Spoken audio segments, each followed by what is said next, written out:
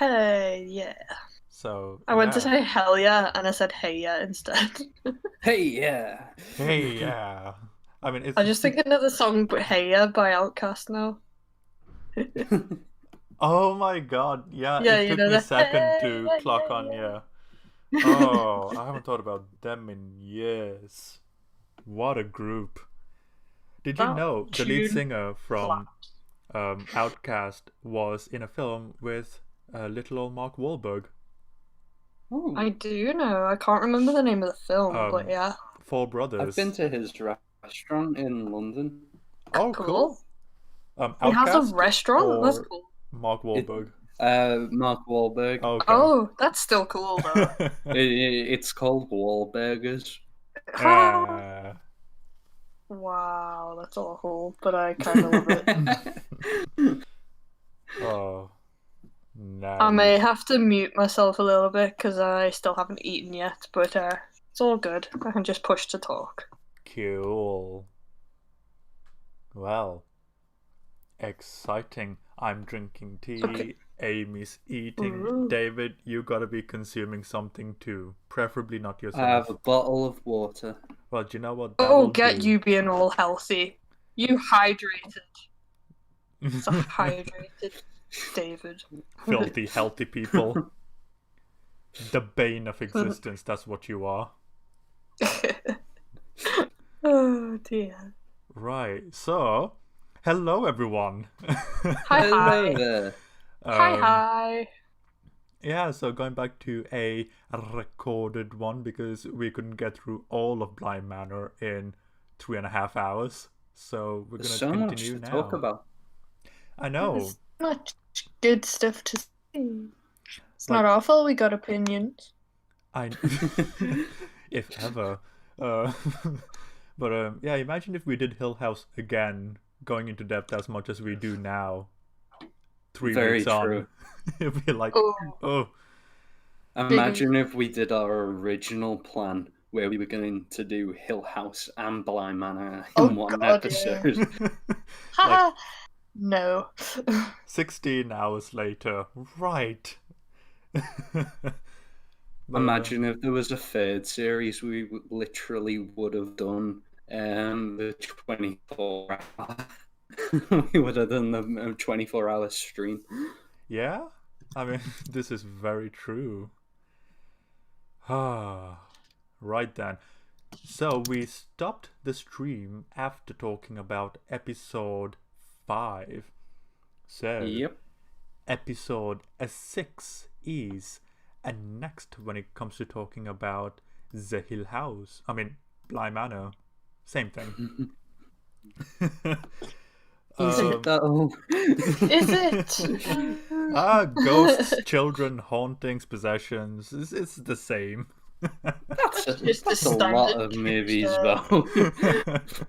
Yeah, I mean the haunting with Owen Wilson. It's all up in the air. Yeah, Yeah. There's a lot of hauntings. this is very true. Insidious, Bly Manor, same thing. Amityville, Oh god, yeah, Amityville, that's a thing. I forgot about that franchise. paranormal. Um, oh, mobile. Shush, I thought I put you on silent. How dare People you? like you. What if you're being haunted, Dylan? No, Dun dun dun. it's just a news update on COVID, and I'm like, Uh, I don't know when I signed up is to it it, just an but update of you? You still can't go outside. Breaking news. shocker! I never would have guessed. Like, Uh, not that it's too different from what my default is, but you know, oh well. yeah. Like, you can't go outside. Oh, like I already wasn't. Okay. Yeah. Like, oh, I'm not allowed outside. Wait, I have an excuse not to go outside now. Thank you. I I will love the take. memes where it's like introverts were made for 2020. Yeah. We're They just were like, we built have been for it. training for this for our whole lives. This is nothing. Imagine if they're the ones that are outside and everyone else is inside. It's like we own the world now. Yeah. I saw We a really swap places. Hmm. yeah. I saw a really funny meme and it basically said something like, oh, people are like, oh, I'm so depressed and anxious, and like, there's this guy going, you were okay before? And I was like, I relate to this meme too much. Hmm. There's a lot of depression memes on my Facebook feed these days, and I'm like, wow, you guys need to play more PlayStation.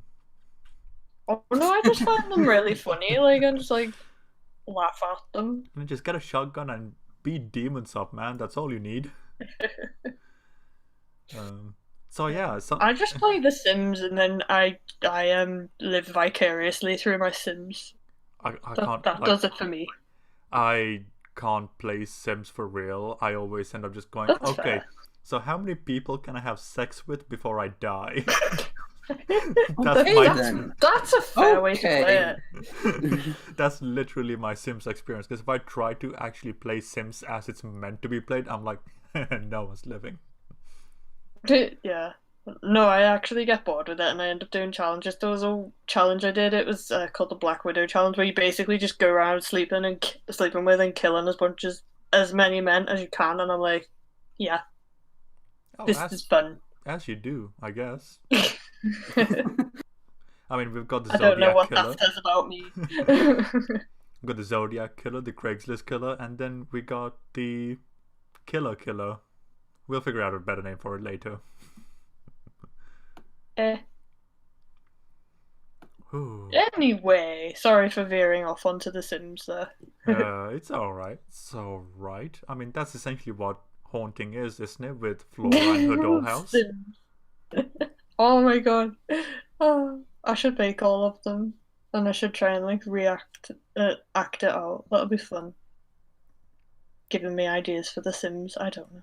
Okay, I was like, wait, okay, which one are we talking about? Bly Manor or The Sims or real No, life? Bly I'm well Manor. confused. No, I have just managed to merge the two together, and I've just said I should make all the characters and I should act it out. Okay, okay, fair enough. That Make makes a yeah. lot of sense. Right, so episode 6. This was, if a memory serves, Flora's episode. Yeah, I think I so. believe so. Yeah, it's Flora and Henry's episode. Yeah. I just typed in episode 6, and Google was like, episode 6 of what? Episode 6 of Star Wars? You gotta give me more than this. And I was like, I'm sorry, Google. Like, Google, you're supposed to predict. You lied to me. Yeah, damn it, you're supposed to know exactly what I'm thinking at all times. Damn you.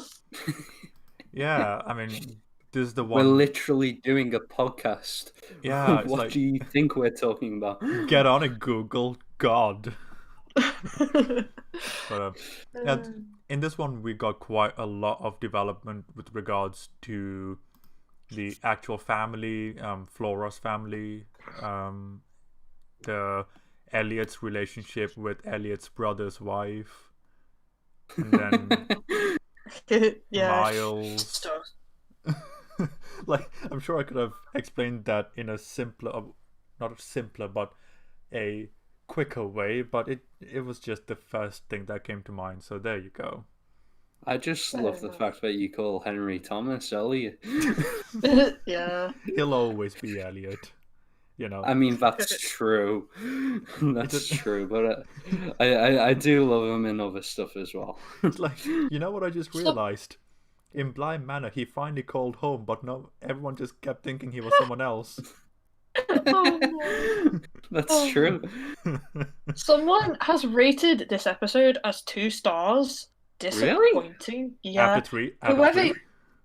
out of 5, Oh. whoever you are, Scott Meslow, like really, you need to go and rewatch Bly Manor, I think. Scott Meslow. Scott Meslow is the person who has Oh. rated it 2. I'm like, Hack. have you actually watched the episode though? And it's like, That's the question. ghosts aren't real, so they're not scary. It might be the same guy. Oh god. I genuinely can't remember where it was from. Like, I could look it up, but I'm like, I don't care about looking up bad reviews.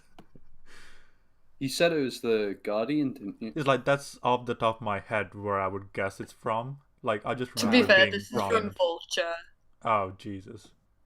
and they're not the best now, are they? So I'm just gonna No. ignore you. It was because I wanted to remind myself what the episode was, Yeah, it's and it's this just one we find out the adultery, Flora's lineage, and yeah, Elliot's, well, nega Elliot, yeah, and stuff like that. So, yeah, very interesting episode. But, yeah, so we get a really cool insight into the family life that Flora had and just how close um, Elliot was with the family as a whole before, you know, things kind of hit the fan and was forbidden from Bly Manor. yeah. Absolutely. He was a naughty boy. Oh yes, quite a bit so.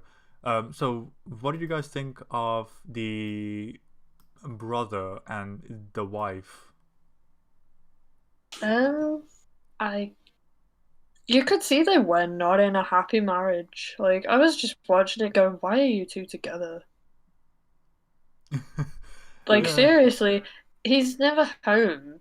So it's kind of not really a shocker that she kind of ended up with the person who was there more. True. True. I really liked how I I really liked how you got an insight into what the life before the death of the parents and before the arrival of Rebecca. Yeah. I thought that was really Yeah, interesting. I do like how I think the episode starts with, doesn't it start with like the birth of Flora and how like Yeah, it's quite suspicious circumstances because it's like Um. she's early It and I doesn't like, start with it, but it oh, is okay, in the first half of the episode. Yeah. yeah, but I It do like actually. how that kind of plants the seed and oh, the baby's early. That's a bit strange. Yeah, it very actually true. starts with Elliot talking to Nega Elliot about the Oh correspondence that yeah, he's getting and, the drinking stuff. basically talking to us. Yeah, Yeah, and then it goes to the I thought birthing that was scene. really cool. Yeah, and it's like Did you think of Nega Elliot? I Nega. really liked him. That He's shit-eating grin he had was The priceless. grin's great, yeah. I'm just At trying. first I was a bit like, who are you? Oh, it's the same guy, okay. It Yeah, took me a while. and Because the then grin, it makes him look like a different person, I think. Especially in contrast to who he's presented as Yeah.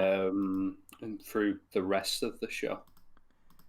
yeah, because like if we go to the very end, it was his brother who was like, "All right, stay here with your skinny little demon self, and then just bugger off." It's like, oh, so Dang. yeah, and then the demon just kind of came to life, and it's like, do you think Nega Elliot is real, or is it just his interpretation of what his brother told him to go do?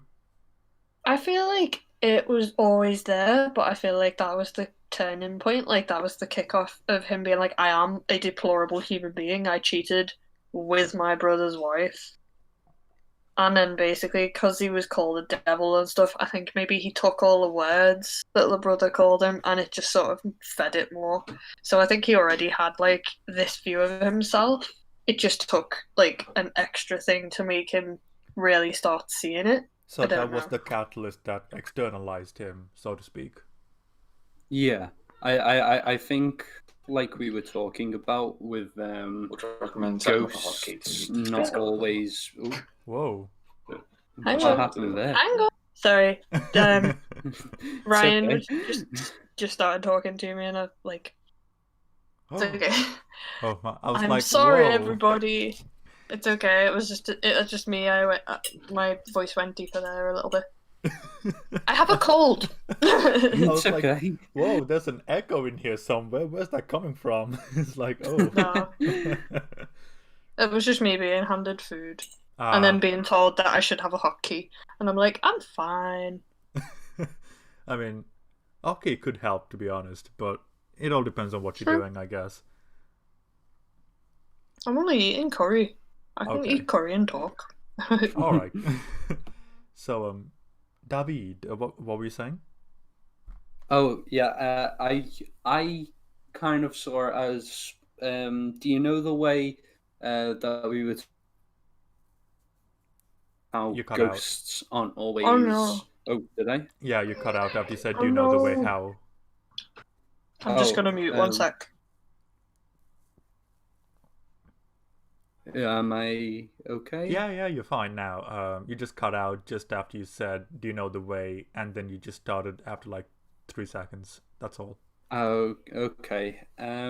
So do you know the way that we were talking about how ghosts aren't always, your typical ghost, the one that haunts you? It's Hmm. something. It's something from your past, like a memory, or a person. Um, and the way that we talked about how Danny externalized her ex fiance from the last moments he saw of her. I kind of saw, is it Henry? Is it Henry? Henry Thomas's character. I think Uh, sorry, what are that you was asking about Henry Thomas? essentially an externally. Um, was his character also called Henry? Oh, Nega Elliot. I'm not sure. Okay, well, I'm gonna call him Henry because I believe that's what his character was called. Um, I feel as though that was an externalization of Hmm. you know, all of his thoughts and fears that were built up and how he felt in that moment when he was essentially banished by his brother. It was all the disappointment, possible regret, and maybe of himself in that moment, like I shouldn't have done that, and then, like you were saying, the devil, like the all the negative aspects of Henry. Maybe it was an externalization of that. And that's kind of how I saw it. Yeah, I get what you mean, and I guess the only reason why I asked was because there was a certain externalization that happened that made it kind of seem autonomous in a lot of ways. Because when he was having the conversation in the office, when he was calling the manor, he was like, "Look, you keep calling, she's not gonna answer, maybe one in a million times. The only way you're gonna get it is if you go." So there was Yeah. a weird autonomous aspect to it. So that's why, like, absolutely, like, when it comes to Danny, ghosts manifest in very different ways. But I thought it was really cool that there was an ambiguity on whether he was an externalization like Olivia was for old Elliot in Hill House, um, or if it's simply a manifestation brought about by guilt, or if it's an actual Nega Elliot or no. So yeah, it's, yeah, on the one hand it is cut and dry, but at the same time you could make an argument for it being external or internal in terms of a haunting goes, or a possession, a ghost attachment goes as well. So I think that's why I kind of wanted to ask to see what your perspective was. I really like the ambiguity of that, because even though you might think it's one thing, it might not have been, and I Hmm. really liked that. And Like I this. also Go on.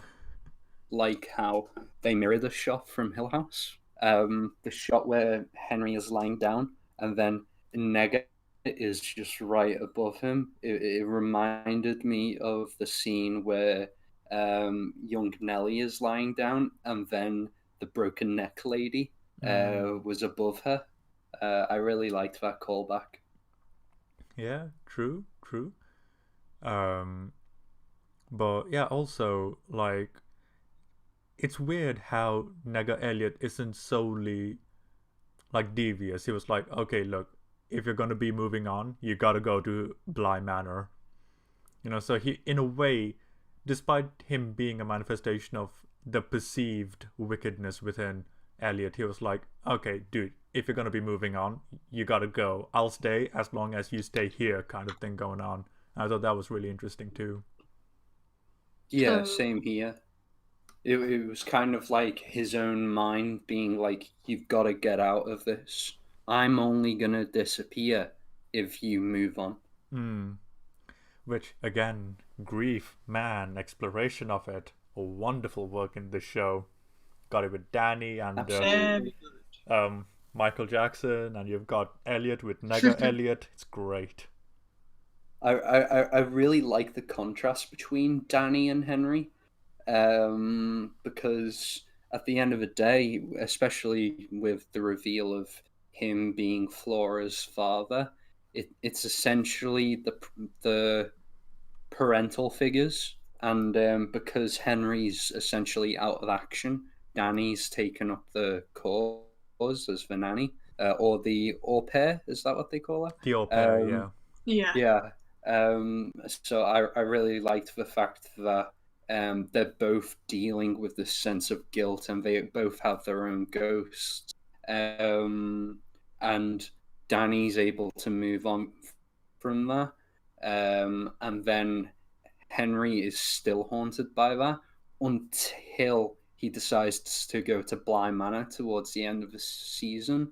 And once that happens, he then takes on the role of the parental figure, and Danny leaves.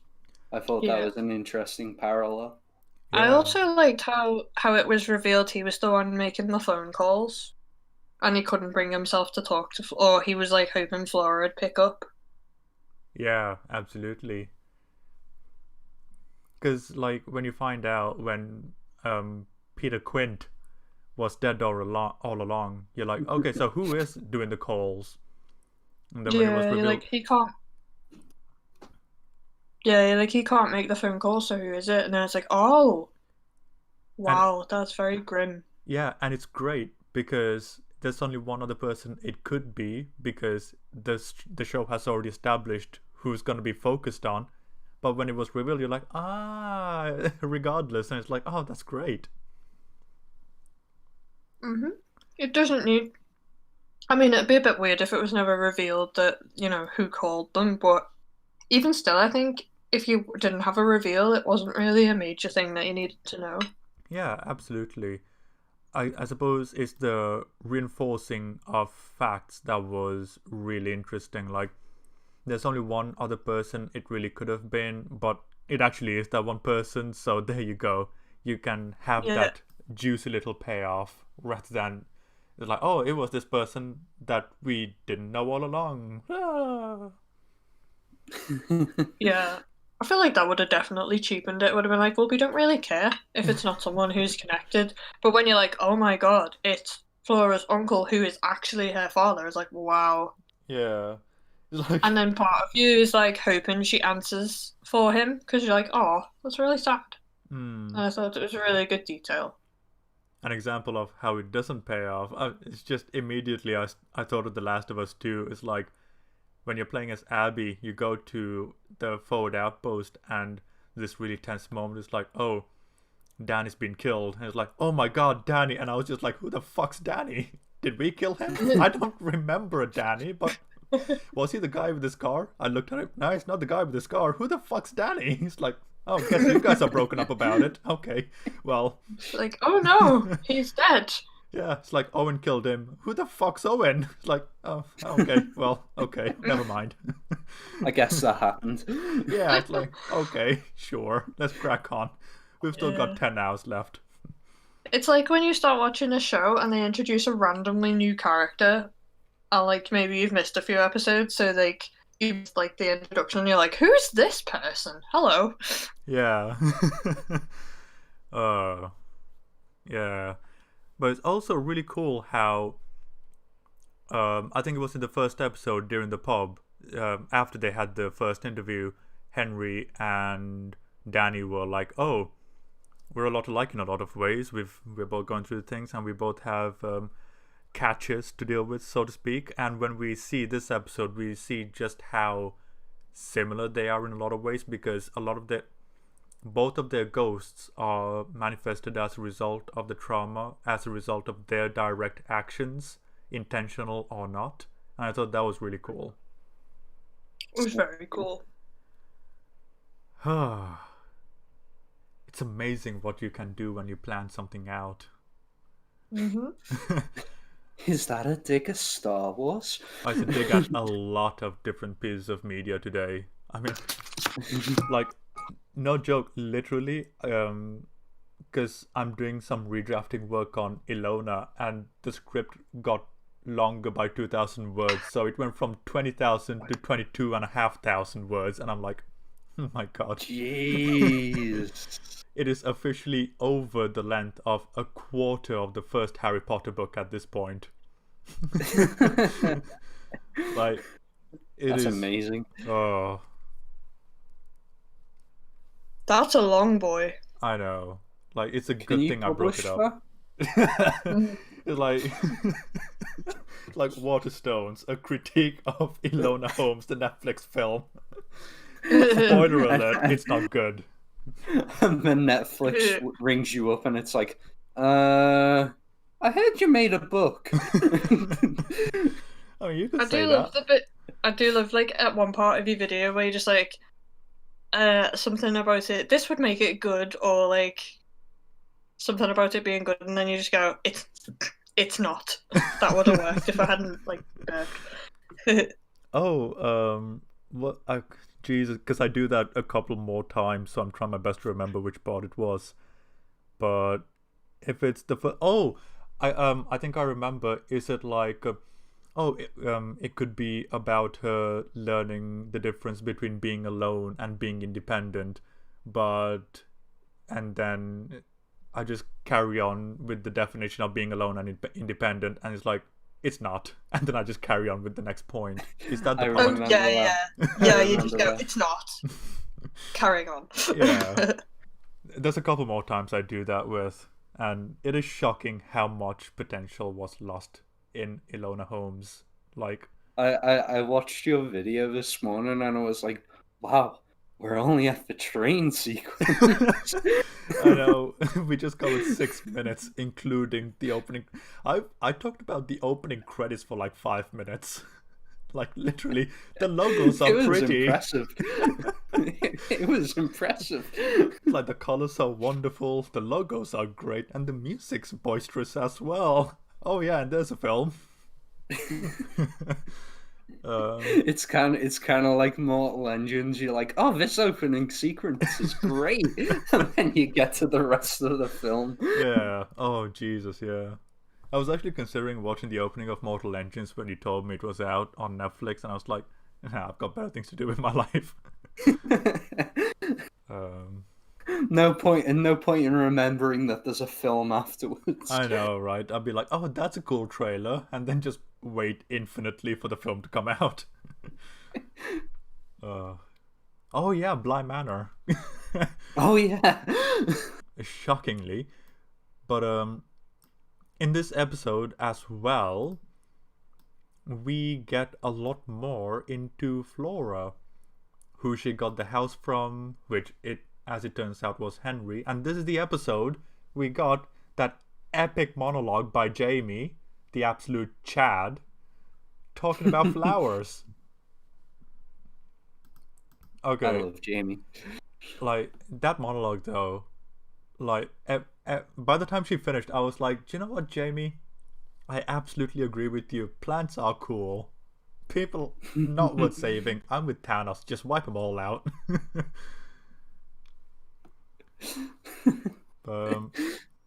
Okay, so I think we did speak about it briefly, but what did you think about the speech overall?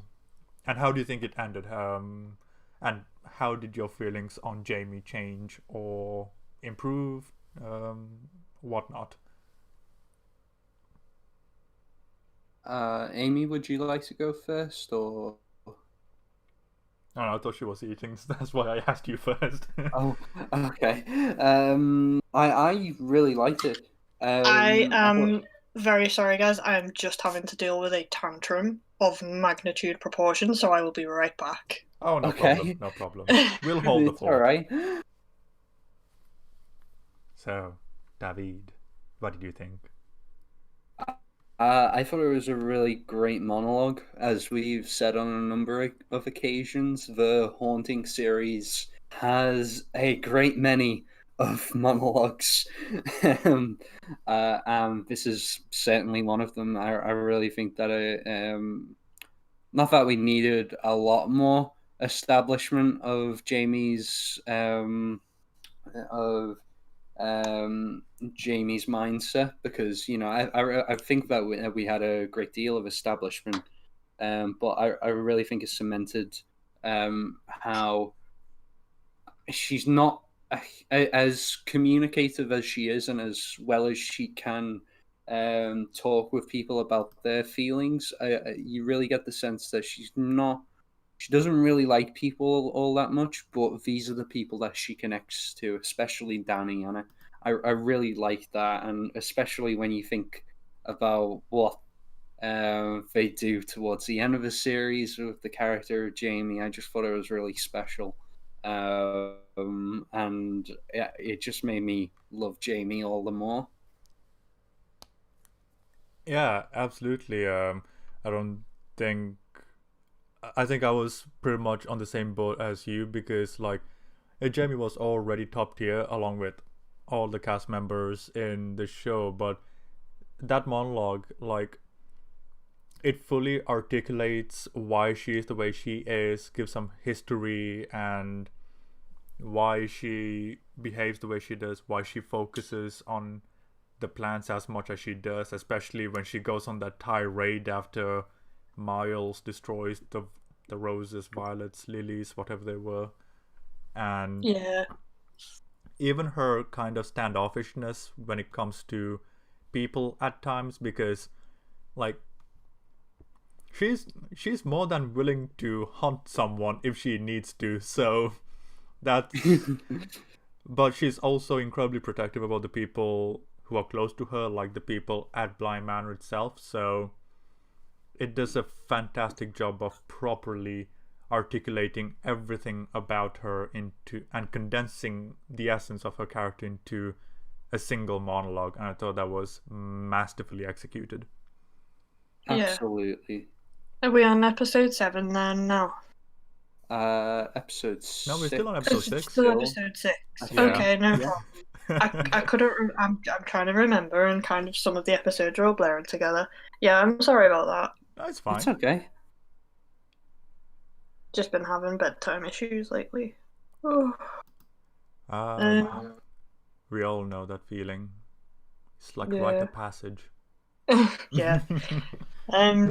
Yeah, I really like Jamie's monologue. Like, I relate to it so much because she's like, it's like the whole thing of I don't really like people, but I'm willing to take a chance on you, and it's like, oh, that's really sweet. I love these feelings. Absolutely.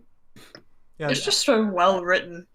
yeah. And as soon as she says, "I'm willing to take a chance on you," you're like, the song from Aha starts playing, and then you're like, "Oh, take on me," and then you just start to imagine, okay, these two better be okay by the end of it, kind of thing, you know? Yeah. Absolutely. I'm like, I will be sad if my ship does not sail. I mean, they've already kind of shipped, but you know, Well, it's yeah. the sailing part, I suppose. No, Okay, if my kind of ship sailing. sinks, I'll Alright, cool. So we Yeah. kind of end the episode on the revelation that Henry is Flora's father, and it turns out that, you know, parents have been killed overseas and whatnot. And this is also the episode we find out that the wee little boy has been playing with the dollhouse.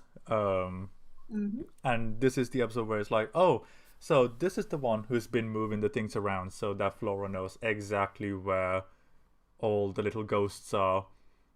Now, when it comes to him in particular, I am not too sure on how his ability works because, on the one hand, I guess he does like to play with dolls and all of that, but how he knows exactly where all the spirits are at that particular point in time and how he moves them accordingly.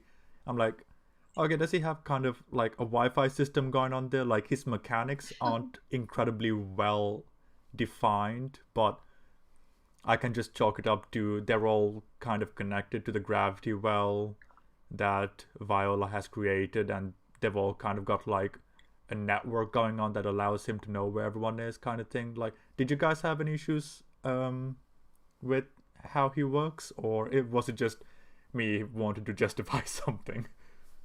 No, it was just like I didn't even realize that that's what he was doing with the dolls. To be honest, I completely kind of forgot about that point.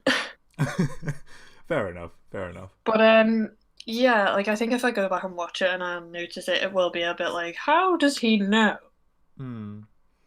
But then maybe it's just a case of he's just gotten so used to where they all go that maybe he just can remember, and they always maybe go to like the Lady of the Lake goes the same route every time. She So maybe all the does. ghosts have maybe all the ghosts have like a set place where they appear or where they go. I would be up for that, but I think in episode 7 it's or 8, the Viola's episode, I'm pretty sure it was defined that she comes off randomly rather than at a set point in time. So that's Mm. why I'm like, okay, is it a matter of the um little boy ghost just having kind of like a Wi-Fi connection to all the other ghosts so that like every ghost in the gravity well knows exactly where the other is, and it just so happens the boy likes to help Flora because she was kind of like the only friend that he had in this house, quote Maybe. unquote. It could be Um, it. like it's, I just thought it was interesting and just wanted to see what you guys thought of it. That's all. No, Uh, I agree with you. I think it's interesting as well because part of me thinks, oh, maybe it's like Nightcrawler and he's just bamfing all over the place and just seeing where all the other ghosts are Like he and has then just just serious reporting back OCD to that the if the dolls don't. dollhouse. But yeah, it is a questionable thing, because like you said, maybe it's kind of like with the gravity well, it's like a ripple effect. So he kind of gets a sense of where all the ghosts are through like ripples Hmm. through Bly Manor. Kind of like But supernatural obviously, no, that's echolocation. that's not explained. So it's an interesting thing. Yeah, it's just something that stood out to me. It's like, oh, hang on, how does he know that? Like, Drop out. yeah, like that's why I was like, oh, is it like Nightcrawler where he just goes poof poof poof, or is it like you said, the ripple effect where it's like, oh, like supernatural echolocation, or is it something else entirely, like a Wi-Fi connection with the cloud storage system or something like? But at the end of the day, it's kind of supernatural in its own way, and I was like, oh, it doesn't have to have a concrete answer for me to enjoy it, but I just thought it would be fun to speculate on what you guys thought it would be, so just thought I'd ask. I I I like your idea of the Wi-Fi signal. You're like, yeah. oh, I've got 3 bars, I can't Oh, tell where the I other know. ghosts are. It's like I need 4 bars to know where all the ghosts are. I have a fun fact about this episode for you. Ooh, do Oh, tell. cool. So, you know the bit where Henry tells Flora that he had his own imaginary friend as a child? Hmm. Um, it's possibly a nod to a Henry James short story called Owen Wingrave, which is about a young man who gets haunted by a dead military man. Ooh. So I like that. I don't think it's like accurate, but it is kind of a cool little tidbit. I mean, to be fair, if Henry grew up in Bly Manor, there is a soldier ghost in there, so Yeah. who knows? And Sequel. I mean, they do like to throw their references to books and the like in there. True, true. I have a question. We were talking about some of the different ghosts in the first part. Did you Hmm. guys notice the plague doctor Oh, so I many all, did. times. I all did. the I way was like, he's throughout? cool. He's Like, so I, cool. I was thinking the Plague Doctor was probably the most overt out of all of the ghosts. Like, it was so obvious he was there so much of the time. But I Yeah, I couldn't thought so not miss too. him. Yeah, I mean, the plague mask kind of gives him away a little bit. Yeah. I kept wondering if he was going to have a bigger part to play than just the role that he had in episode 8. Yeah. But, you know, it's not a big Poor, thing. It was just something that I was wondering. poor dude was just doing his plague doctor job and then he got murdered. Yeah, as you do. Is there anything else about episode 6 that you guys want to have a little goo about, or shall we move on to the numero 7? No, I think we've pretty much covered everything. Yeah, there's not much that I can think of. Kind of like what Amy said before. Because I watched the episode a couple of weeks ago, everything's kind of melding together. Like I Yeah. recognize some things, but especially episodes 8 and 9. But yeah, I think we've covered episode 6. Okay, cool. I think one last Yeah. thing before we move on that was really cool. That was Henry that gives Flora the big dollhouse. Thought that was cool. Oh yeah. Same. I thought that was adorable. I was like, that is such a cute thing to do. I felt really sorry for I've forgotten the kid's name. Miles, Flora, or Because like Amy? hello? Hi, yes. Hello, sorry, I thought you couldn't hear me then for a second. Oh, Oh no, he's gone. Things are happening. Okay, yeah, I felt really sorry for Miles because basically his entire trust fund got basically used to replace the money that like Peter stole. So I was like, poor dude. Oh god, yeah, that's true, isn't it? Yeah. I completely spaced on that. He's a big boy, he'll understand. I think. I know. Maybe. I was just like, wow, that's kind of shitty. Sorry, what was that? I was talking about how basically Henry takes out of Miles's trust fund and then basically uses that to replace the money that gets stolen. Oh. But yeah, he gets Flora a big Forgot giant about that. dollhouse. Like favoritism, much. Yeah. It's like, Flora, I've always preferred you over Miles, and Miles is in the corner, like, what did I do? Nothing, that's what. Like, You oh. breathed. You exist. But yeah, I'll be right back 1 second. yeah, sure. So, until she returns, David. David? I am alone. What shall I do? Well, I guess now's as good a time as any to Still let... here? Oh, God.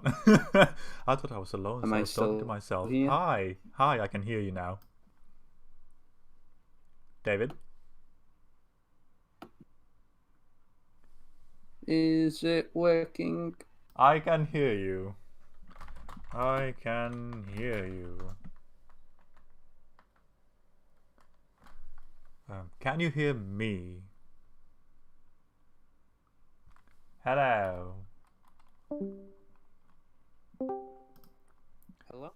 Hello. Let's go to Singapore very quickly. Hey, sorry. Ha da da da. Hello. Hello. What could you be doing? Hello. Hello. Somebody speak. Hi. Your light is glowing, but I don't hear a thing. Hello? I can hear you now. Hello. Hello. Hello. Sorry about that. It's alright. I mean, it's a good thing that the technical thing happened when Amy was away, when we're not talking about anything interesting, so... That's true. So... So, episode 7.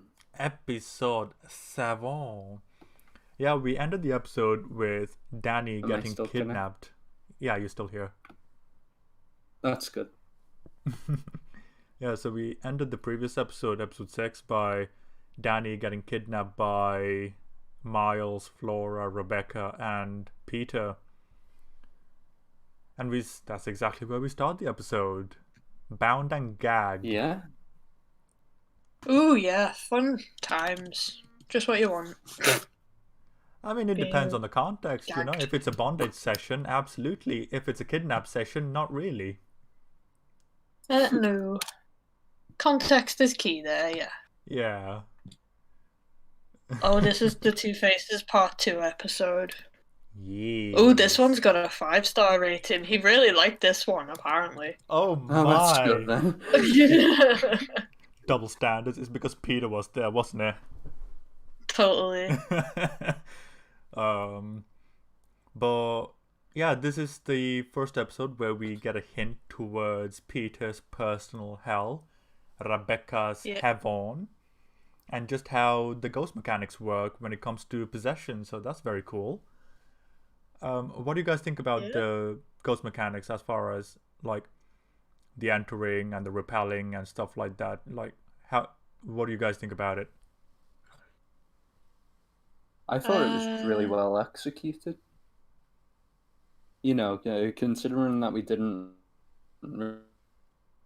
learn much about the ghosts in Hill House, I thought that Yeah. was really refreshing to see ghosts coping with how to be ghosts and learning how to, I want to say possess.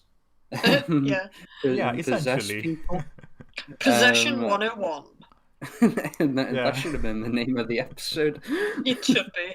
And then you got Olivia teaching the classroom. So, lesson 1 is you get them to accept you. Lesson Olivia 1 is gaslight them. Smoke grenade. Olivia's the teacher. Yeah. And then all the ghosts from Bly Manor are all the students. Yep. And even some of the Today, ones from Hill class. House. And then Yeah. Poppy's the assistant teacher, He- just flirting with all the students, and then Olivia's like, no, Poppy, but I sit. thought it was.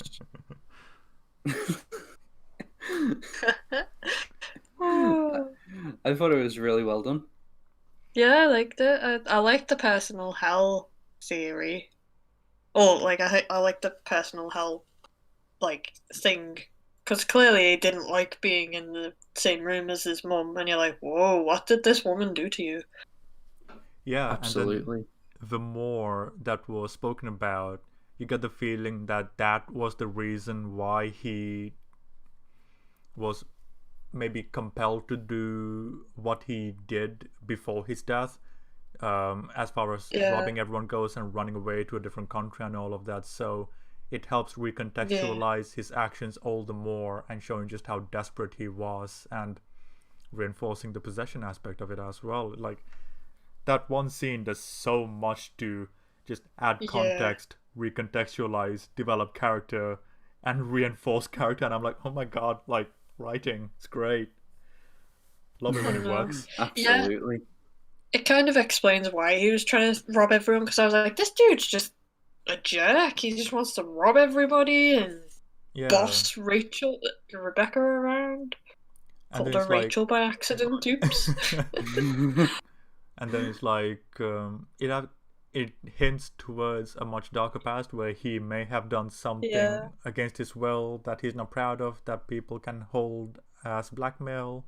Not a good relationship with his Yeah. father. So there's a lot in terms of Peter being done Yeah. in just a single scene, and it's brilliant. And the Very fact that he has true. to keep going back to that, basically, that like horrible conversation where she's basically just wearing him down. She tries guilt, she tries basically being like, but I'm your mum, and then she's literally finally like, ooh, I bet your dad would have something to say, and it's like, oh, that's low. Absolutely. And I suppose, like, what makes it all the more poignant is the fact that at what point in his life this arrives at, because he's Yeah. probably at an emotional high with Rebecca, and then this comes along, and it's like, oh, and it just kind of shatters Yeah. everything. So, yeah, Yeah. very interesting.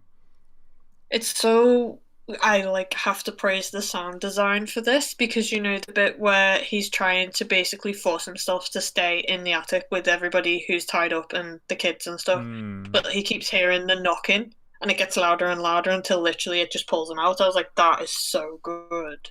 Like Like the I sound thought that is was such good sound design. like the sound design in both Hill House and Bly Manor is just stellar. Like I remember this in episode 1 of Hill House. Actually, I remember when Elliot was taking his son outside during the last night event, and then he's just standing next to the door watching the doorknob go left and right, and then just the squeaks and crunches of the doorknob just going. I was like, oh, it's so lovely when people pay attention to sound on set as opposed to just stock noises. Yeah, it's so good. Definitely. I've got a question for you guys. No, Mm, go ahead. would you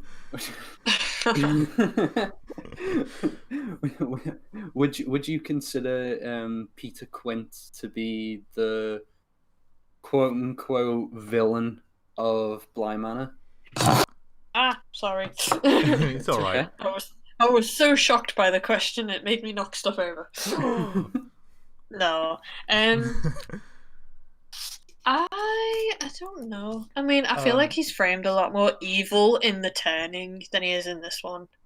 Yeah, absolutely. if you were to, But go on. I I was gonna say I'm not too sure who. I don't think any one person is an antagonist in this one. I mean, he's a shitty person, absolutely. But like, he didn't.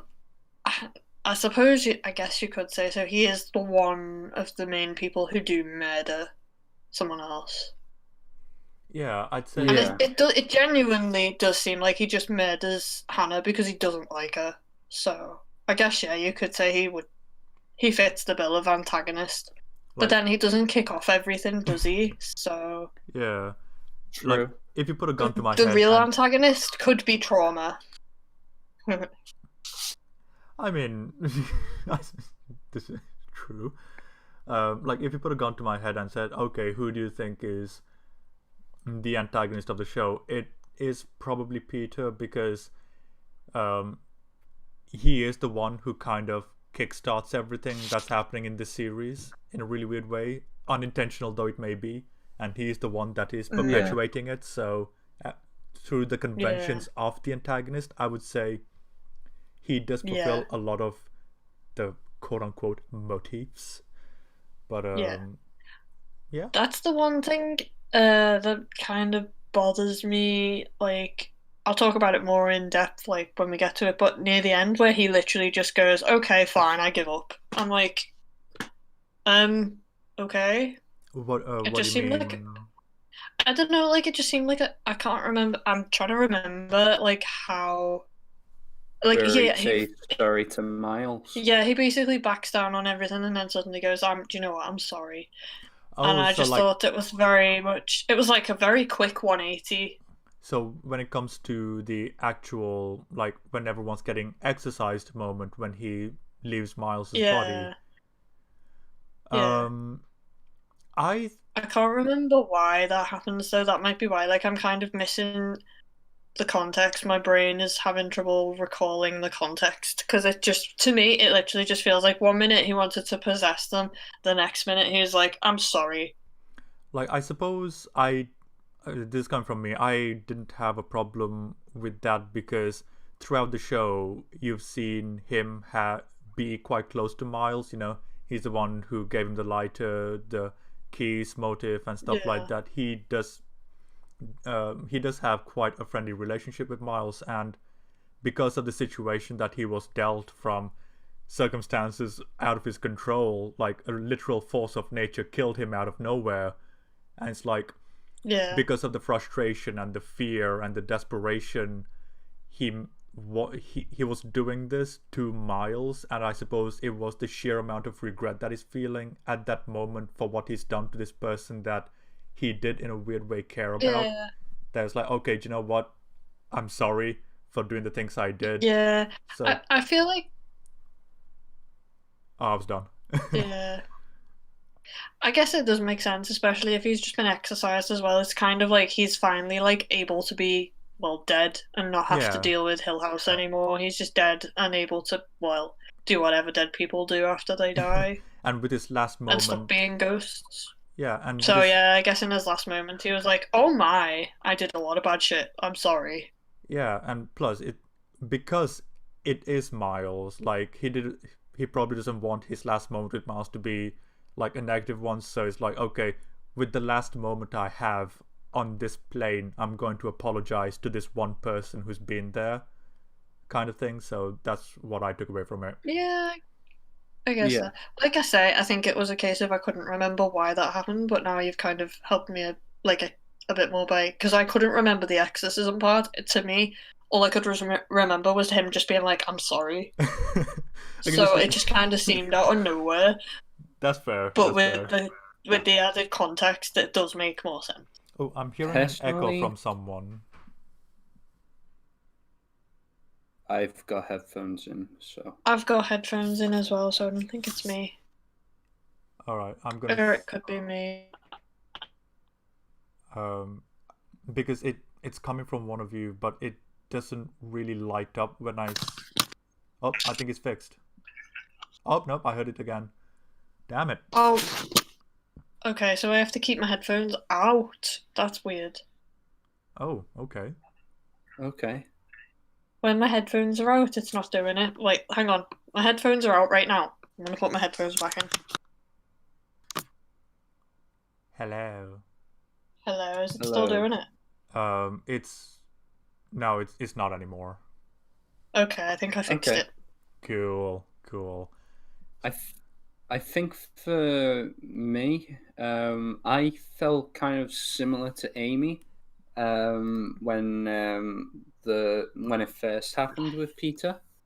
Um, it was one of those things where I was kind of like, well, is that it? Kind of thing. A But little bit. Yeah, it's like, oh, you're sorry. You caused all this misery, and you're sorry.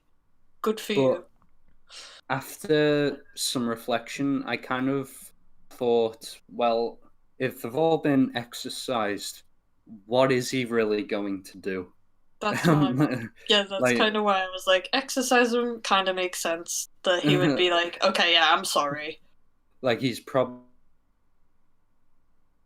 feeling the pull of the exorcism of the Lady of the Lake. He's probably feeling that he's starting to kind of disperse, I want to say. Yeah, So I assume it was kind of like, oh yeah, I'm going to say sorry because Miles was an innocent in all this, and he was just trying to help Peter because they had a really good relationship. So at first, I felt the same as you, Amy. I was kind of like, oh, is that it? After everything that happens in episode 7, yeah, um, is that really it? And part of me still kind of feel I would have liked a bit more, but yeah, I understand why because of the exorcism. yeah. I just think that maybe he should have apologized to Rebecca as well. He did literally possess her and then kill her. Like he basically made her kill herself Yeah, because he basically tricks her into letting him possess her, doesn't she? And then he's like, I can't even remember like how he decides to do it. He just makes her walk into the lake, doesn't he? Yeah. yeah, he drowns her essentially. I see. Yeah. In a weird way, I But then don't. the sorry, just one more Yeah, point. I sure, sure. wasn't done. Yeah, but the ultimate thing that made me go, that is absolutely horrible, is the fact that she's like, you left my body right before I died. So it was a case of you drowned me and then left me to feel the effects of drowning. She was like, you didn't even stay in my body. You left my body and let me feel that. So she basically let her feel the. Like, I have to imagine drowning is probably one of the worst ways to die, and he let her feel that, and he's supposed to love her. And I'm like, that is absolutely deplorable. That's horrible. I completely agree with you. Oh, see, I don't because they've spent essentially a year together as ghosts, I would have assumed that they would have had this conversation, so that's why I don't have too much of an issue with it. But not showing it to us, I can understand why that would be an issue. Yeah. No, I mean, like, my issue with it is the fact that he's like, oh, I love you. And then he's like, okay, the only way we can be together is if you die. The fact that he did that and then left her to actually deal with the dying part, like, in such a horrific way as well. In some ways, it kind of feels. I think the weird thing is that in some ways it appears as though she's further along than he is in like the memory process. Yeah. Because you see that scene where she appears again and she's kind of out of sorts. Yeah. I found that pretty interesting. Yeah, that was good. I was just very much like, that's just a mean thing to do. You could have at least, like, give her the mercy of not having to live through dying, having to deal with drowning.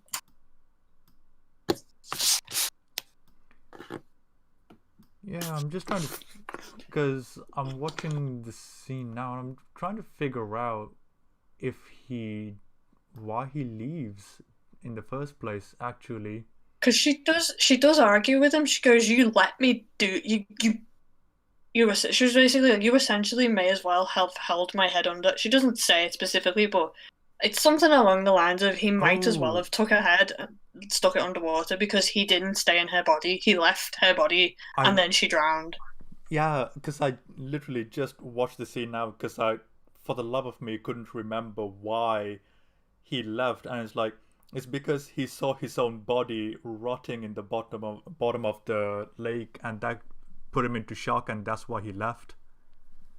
Oh, okay. He couldn't stand looking at his own rotting corpse at the bottom of the lake, and then like he had an emotional moment and he just kind of got pulled out of her body. That's what happened. Yeah. Okay, so because I was trying my best to just figure out, like, oh, what made him leave, like, because it wasn't just, oh, I'm gonna leave now. Something happened. I was trying to figure out what that catalyst was, and it was the body thing. Yeah. Okay. I would argue still that was a pretty cowardly move because he basically just kind of was like, I don't want to deal with this. Bye.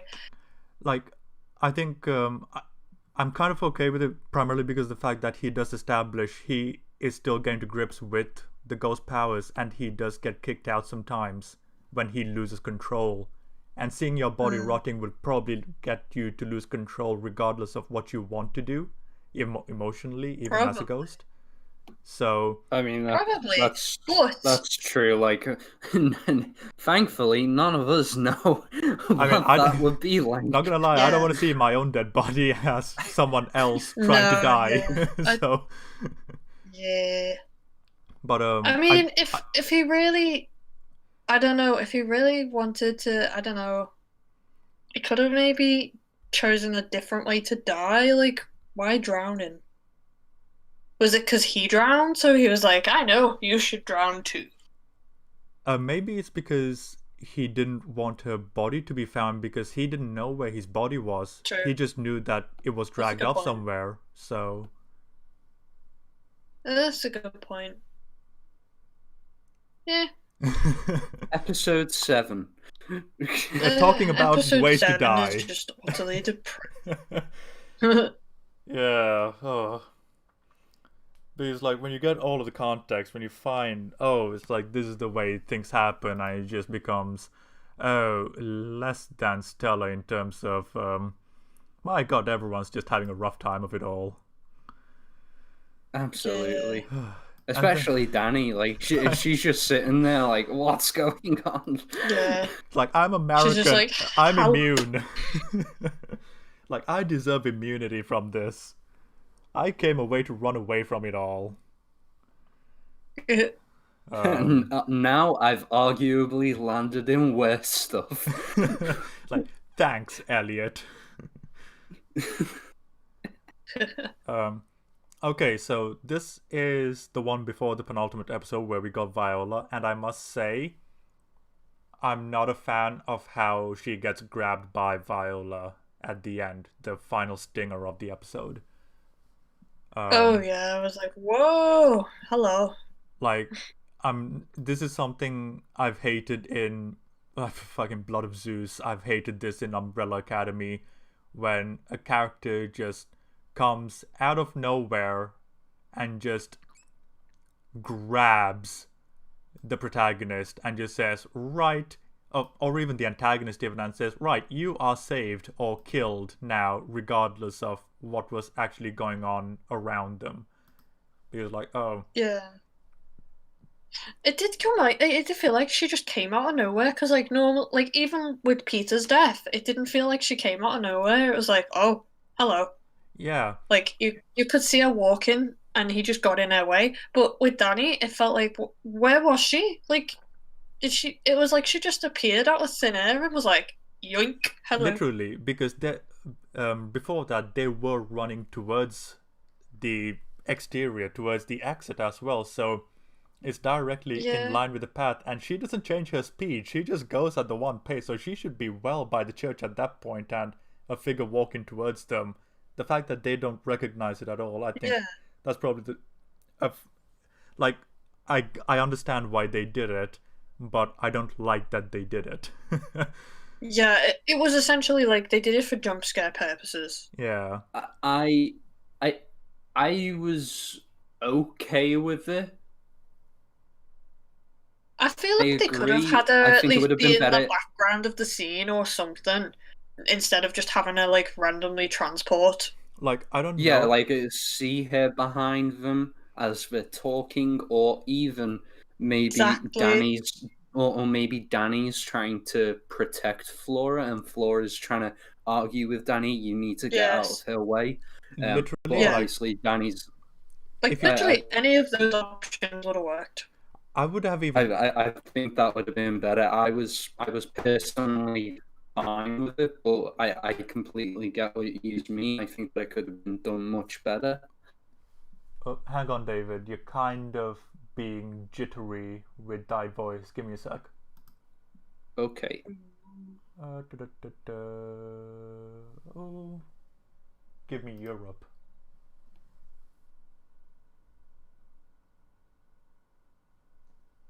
And I wouldn't mind you saying something, David.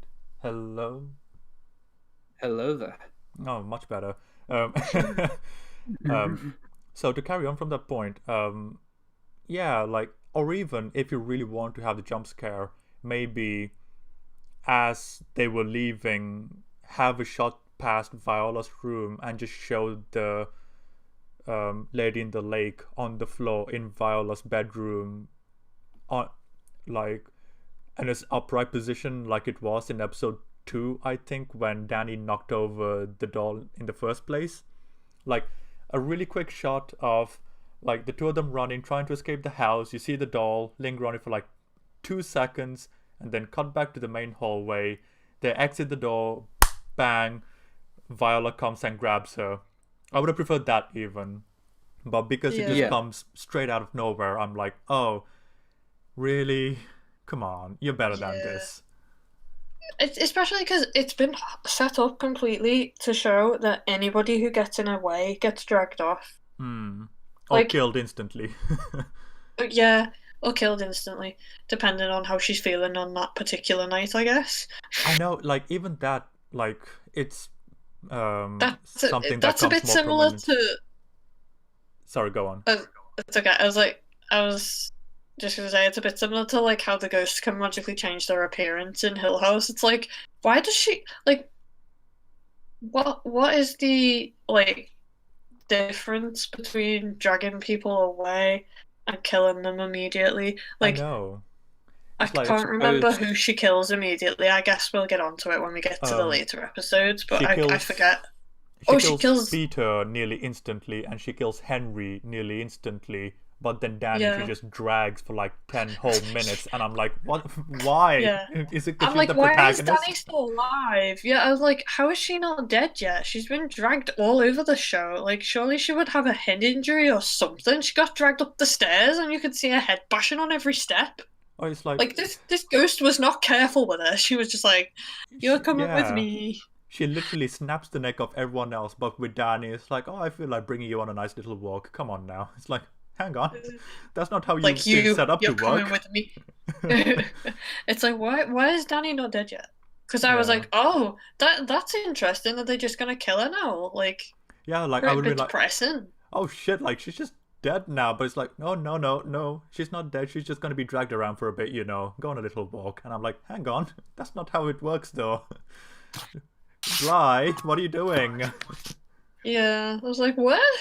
Okay, sure. I think Okay, show. that's probably like my biggest issue with the show, and even then it's like it's such a subjective thing for a lot of people. I prefer it to be very consistent, and if you can't be, just don't do it. Yeah, But like I get, we don't understand why she's killing people at this point, but I mean, yeah, why like do she's got the people one way freak out of when doing she's it, walking? you Yeah. know. And even when we see her through history, she's always done it in that same way. It's just she makes an exception for Danny, Exactly. and I'm like, come on. Yeah, because she doesn't she start dragging Danny back into the house as well? She's in the master bedroom by the time she's let go. Yeah, and I'm like, what? And everyone else, she breaks the neck with her grip, and with Danny, she's gently choked slightly. Yeah, I was There's just very confused. there's no real explanation for it. Like part of me's like, okay, I'll let you off, I get. Oh, David, But you're at the same breaking time, up again. that's not that. Oh, am I still breaking up? No, not anymore. Okay. Yeah, like part of me's like, okay, I'll let you off, I guess. This is a great show. Okay, I'll go along with it, but I'm not in love with it. If you get me. Yeah. And I suppose I'm on the boat of like, look, I'll love you, but I'm also gonna give you tough love. It's like if you done goof, I'm gonna let you know about it. Oh yeah. You know. A Doesn't lot like Hannah get in the way at one point? I think yes, so. I think she walks right through her though. Yeah. Oh yeah, she Yeah, does, she and I was does. like, She does. oh, Yeah. ghost stuff. Because she was in the middle of having a coffee session with what's his face at the time in one of her past memories, and he was saying, oh Hannah, you need to help them, they're dying, something like that. And she's like, Oh yeah. this is in the final episode, not in this one, but Yeah. and he was like, you're better than this, go, you need to be there. And it's like, stop. And then she just kind of goes right through her. So yeah. Yeah. Isn't this in this episode? Doesn't like Peter try and get Hannah to accept the fact she's died? Yes, because Peter in Miles's body goes to the well and shows Hannah her dead body. Oh yeah. So yeah, very fun episode really. When you think about it, it's like everyone's getting ruined. Like emotionally, I mean. And Peter's kind of causing it because he causes Rebecca to die, and now he's like, Hannah, you accept you died. Yeah. It's like I dude. said, Peter's essentially the villain. Yeah, to be Like, fair. dude, just like stop.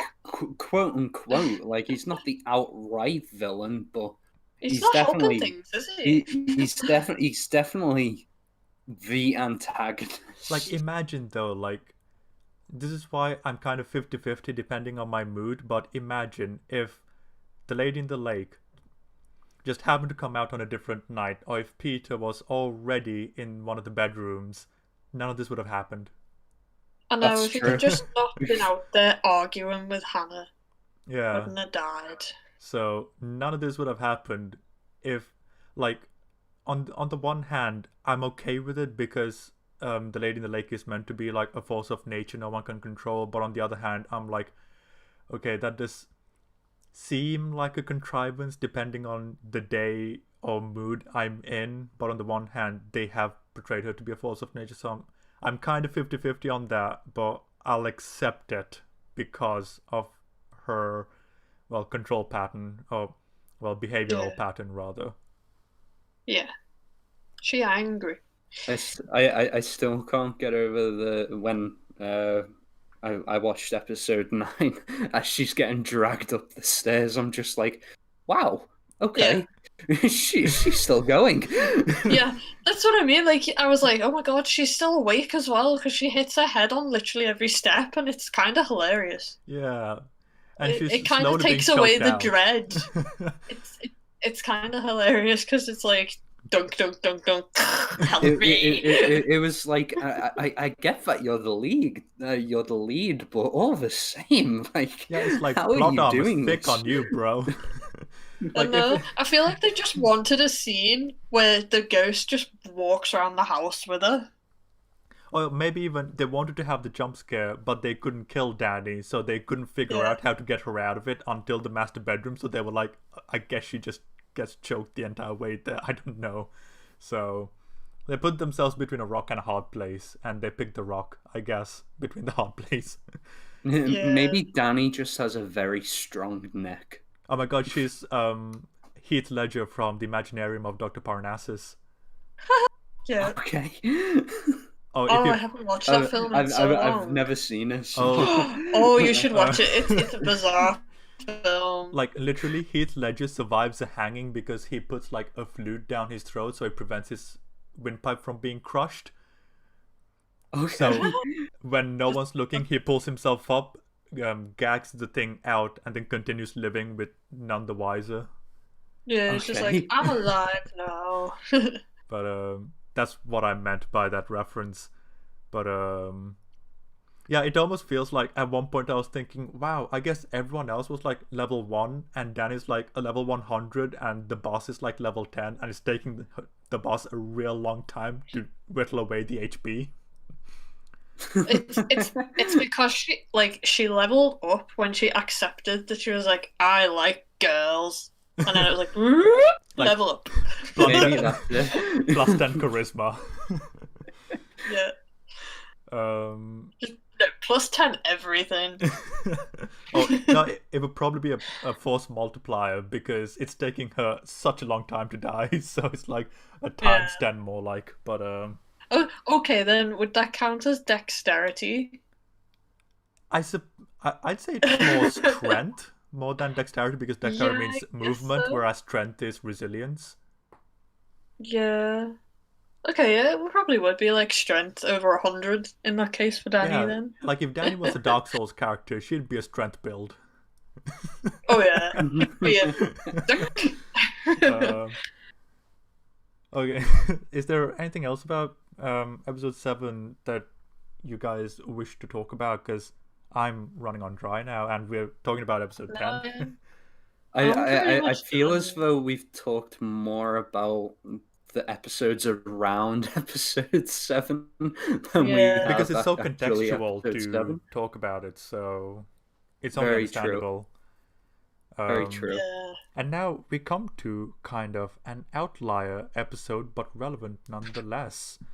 It's very similar to the Olivia episode in The Haunting of Hill House. Very true. Episode The 8.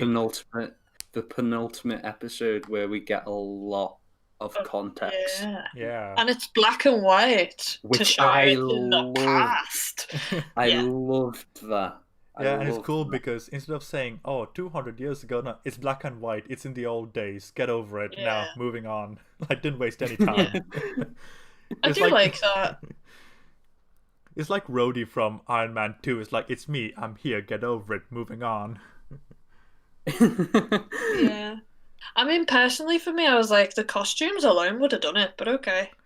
Do you know what, I haven't done it yet, but I would be very curious to see what it would look like with just listening to the soundtrack on Spotify and just muting it on Netflix so that I can just see what it's like with no dialogue. That would be Yeah. amazing. Like I To just want to just see what it's essentially like. make it a silent film. Exactly. It's kind of cool. It's such a visually stunning show that I think that would be a great experiment to have. Yeah. Yeah. I don't know. I have a weird relationship with black and white because I feel like when it's used for like showing the past, I don't know.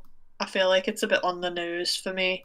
It's like sometimes I really enjoy it. Like I really enjoyed it here, but sometimes I'm just kind of like, does it really need to be black and white as well? It just feels like a bit much in some cases for me. Fair enough. Yeah, I'm not sure why. fair enough. I mean, if it's a feeling, it's a feeling. You can't help it. Yeah, Yeah. exactly. There are some things with me that I'm just kind of like, I get why everyone loves it, but I'm just kind of like, I'm indifferent to it. I can take it or leave it. Look, It's kind of like food. Sometimes you like some ingredients in specific meals, and then if Yeah, you eat them separate, you don't like them. So yeah. it's understandable. yeah, It works well here though. yeah, it's like me with Blade Runner. I can admit it's a well-crafted film depending on which cut you're watching, but I don't like it. Like I I can, liked it up until the part where basically Deckard is basically coercing yeah, that um was a bit the off for me the as well. I was yeah, like, I was like Same. that scene's just very uncomfortable to watch. I I Like I if you I, take the music away, it's even worse. like, I love Blade Runner 24. I still actually But haven't finished. I did find it. I found it very weird where they were like, "Oh no, he's in love with her. He's in love with her. Everything's about her." And I was like, "Oh, this. Ooh. I actually accept this more than I do in the original Blade Runner." yeah, absolutely. It's like that was one of the few times where when Ana de Armas was kind of quote unquote killed in Blade Runner, I was like, oh, that bitch better die. But Sorry for the slight tangent into Blade Runner, but no, it's yeah. fine. Like I'm one of those people where like I'm like one of the 10 people in the world where I prefer the theatrical cut because I love Harrison Ford not giving a shit. And that just kind of makes it so enjoyable. To be fair, dude, you just love Harrison Ford in general. Call of the Um, Wild. I mean, yeah, hence why I call it the Harrison Ford dog film. Exactly. I actually enjoy him in The Fugitive. I quite like Oh that film. god, I Oh, love I The love The Fugitive. Fugitive. It's so good. I Like know. Tommy Lee Jones just saying, "I don't care." Just Yes. amazing. Oh, I love it. He's really good at playing characters that just do not give a shit. I don't know. Tommy Lee Jones is just Tommy Lee Jones, and he's good I at being Tommy know. Lee Jones. He's great. Absolutely. Oh. So, yeah, this episode, like, okay, what did you guys think about it? Like, as far I as love Viola's journey and her sister and the husband and the daughter-tisms and the heirlooms and Yeah. all. Yeah. I love the return of Kate Siegel. Yeah, Mm. Viola as a character is quite fascinating as well. She literally seems like a force of nature before she even dies. Oh yeah, like Absolutely. I will repel death by sheer willpower. It's like, oh Jesus Christ. Yeah. No, but even before that, she's like really smart about everything. Like she doesn't even intend to be like she kind of accidentally falls in love with her husband Yeah, because she basically married him to keep a Bly to Manor in basically the house. Yeah, in yeah, the to keep Bly Manor family. in the family. And like that was a smart way of doing it. And also it's like she actually kind of is like the guy I've chosen to marry is actually a pretty cool dude. Yeah, And I enjoy being with him. And it's like that's kind of cool. I really like that. Yeah, same here. I just kind of like her character. She just seems so ahead of her time for the time period where she is, she's kind of basically. like Victorian Theo in a lot of ways. Yeah, basically. um, yeah, I really like her too, and I think the more time we spend with her, the more we're like, oh, it's like, especially when baptism starts to happen with her sister, and it's like, oh Yeah. no, it's gonna be This this. is Like, gonna go bad. Yeah. in I a was lot like, of things gonna ways, go badly. yeah, like in a lot of ways, it was an incredibly predictable episode in terms of what Yeah. happens. Yet at the same time, you're with the character the entire way through, and I thought that was really well executed. Yeah. Absolutely. I do like, because like at the start you're literally like, oh, she's gonna sleep with the dude, Yeah, like and that's gonna cause problem. whichever one sleeps with is married to the guy, the other's gonna sleep with them, and it just so happened it was that combo. So I was like, okay, fair enough. Um, and it also sets up the desire to look for a little girl in the master bedroom because she could never be Yeah. with her as a result of the plague or tuberculosis. Sorry. Yeah. Yeah, and also Um, she didn't actually remember what her daughter looked like, did she? So yeah, Which is true. why she grabbed the little boy. yeah, so she just grabbed anyone. Yeah, and then anyone in her path, just like her sister, is just gonna be the bent neck Yeah. lady 2.0. Yeah. I do love how it's all set up. Like, literally, she gets up, she walks, she goes back to sleep.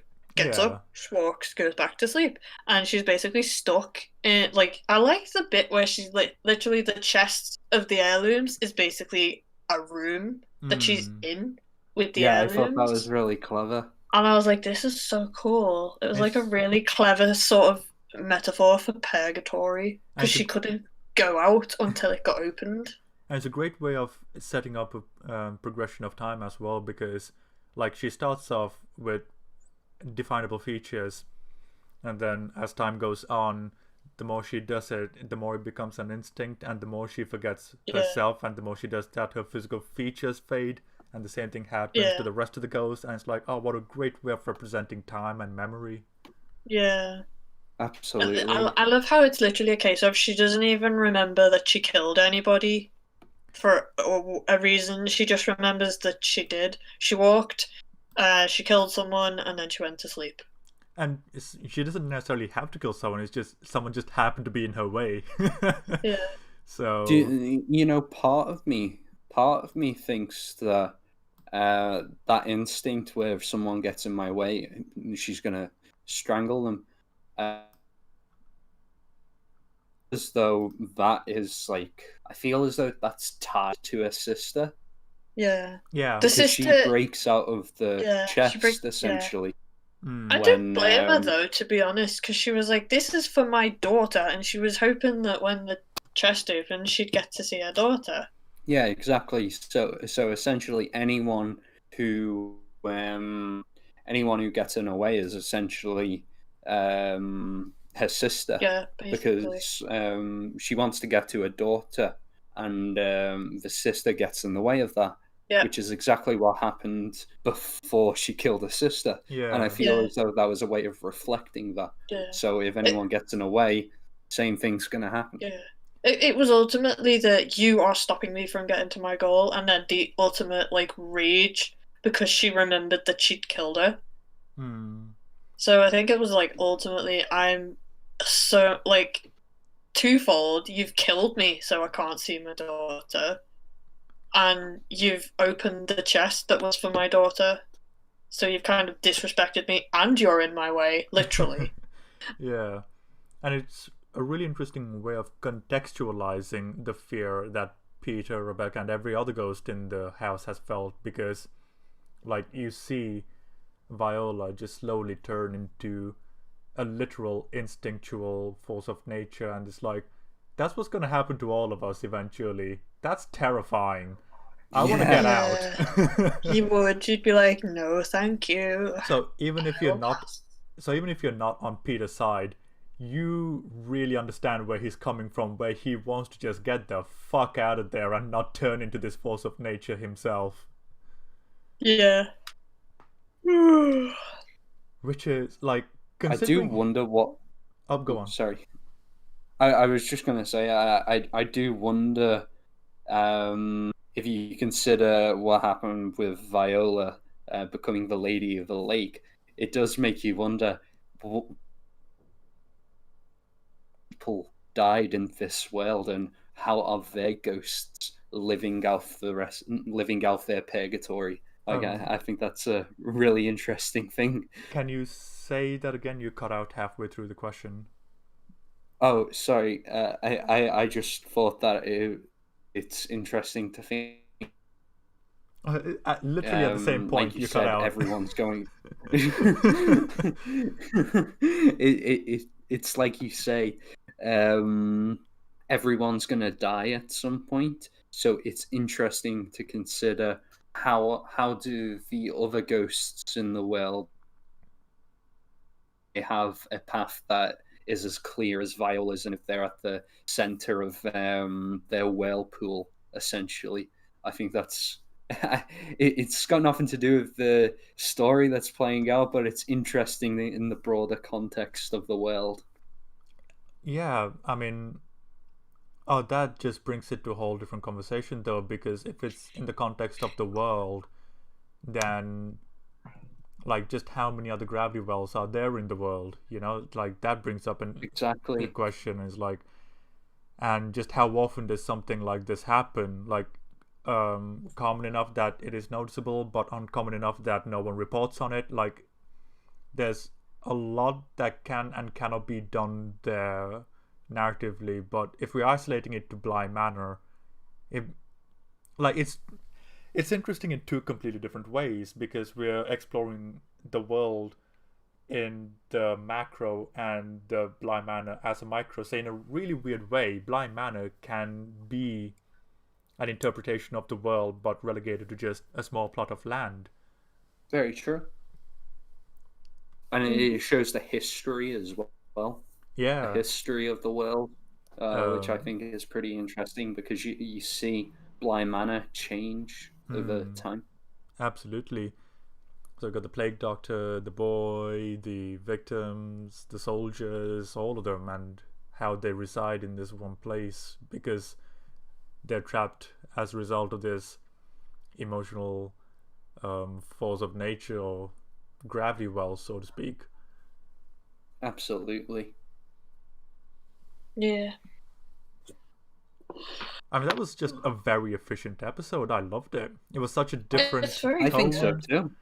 It's a different Yeah. tone. It's a different kind of. It's almost like a kind of Shakespearean kind of play in a really weird way. I Like felt that. a Like, drama. it had a vibe to it. If you get me. Like it was like a classical uh, tragic drama romance from like the 1700s, and I was like, oh, this is kind of cool. Yeah. I was like, I'm living for the drama. I love it. It was a full on gothic romance. Yeah. Yep. This whole thing is basically about people's romantic relationships, and a lot of them are tragic. Mm, And how they can have long lasting effects on people, and how unrequited love can have an effect on people, how requited love can have an effect on people. Like there's all sorts of I mean, romance it's going all over the everywhere. place. Yeah. It's None of everywhere. Like the you. Oh, sorry. I was gonna say, the really sad thing is none of the romances really actually make it intact because either one half dies, like in the case of Henry, obviously Flora's mum dies. I mean, to be fair, she was In the married. case of yeah, but she also had a really like turbulent relationship with her husband, so that never works out. Peter and Rebecca don't work out because they both die. I suppose the Henry's brother's wife and Henry's brother, I think that relationship is all the more tragic because both of them were going off on their honeymoon location because they were both determined they wanted to make the marriage work. I think that's what makes it a lot more Yeah. tragic. It does make it very much more tragic. This is true. I think that's what's so great about the framing device because they're at a wedding. Yeah. They're at a wedding and So you're the telling entire a way story about through- all these couples that die. Like That's what you want, really. Greg Sestero, Tom is on the way, bro. So like from the moment off, even though you're not aware of it, it's been planted subliminally that it's some sort of romance. Yeah.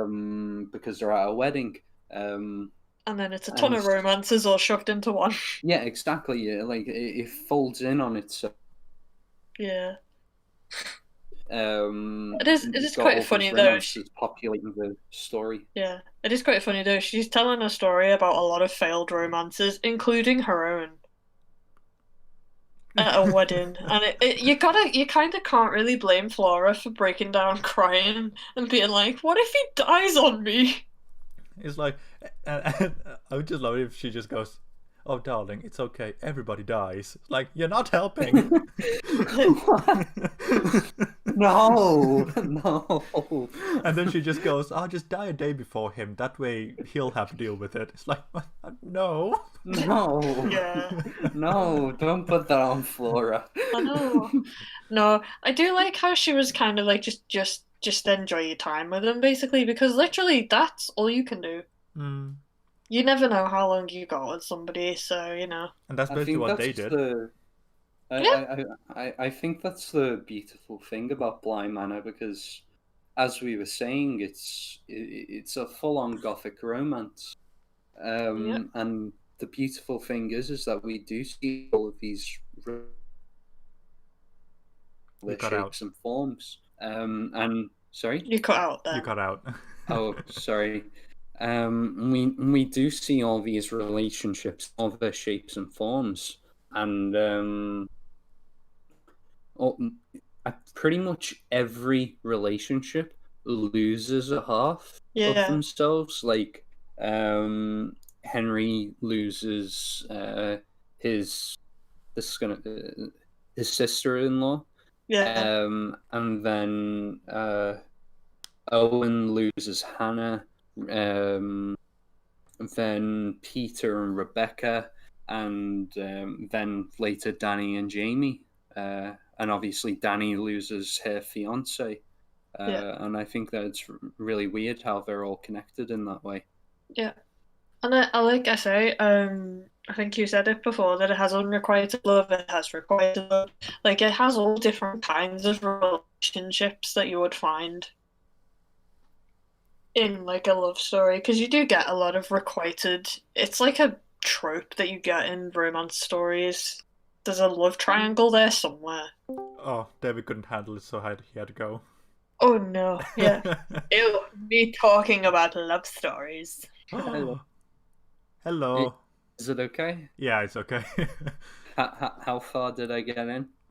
Oh no, like literally you left just as Amy was talking about love stories, so we thought you got uncomfortable. I was like, yeah, I made him uncomfortable with my talking about love stories. Oh no.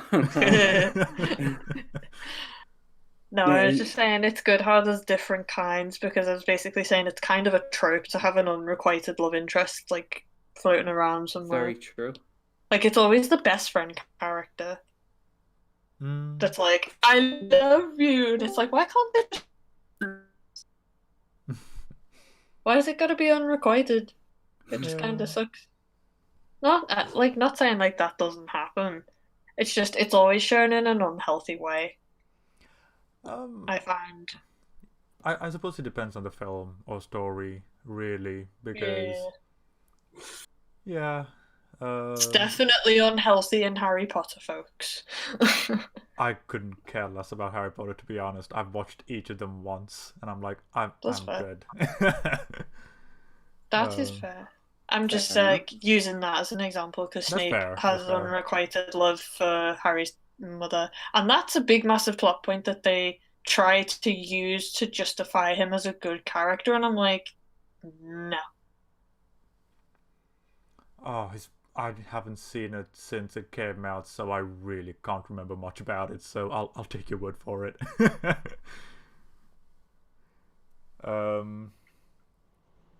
Right, so shall we move on to the finale?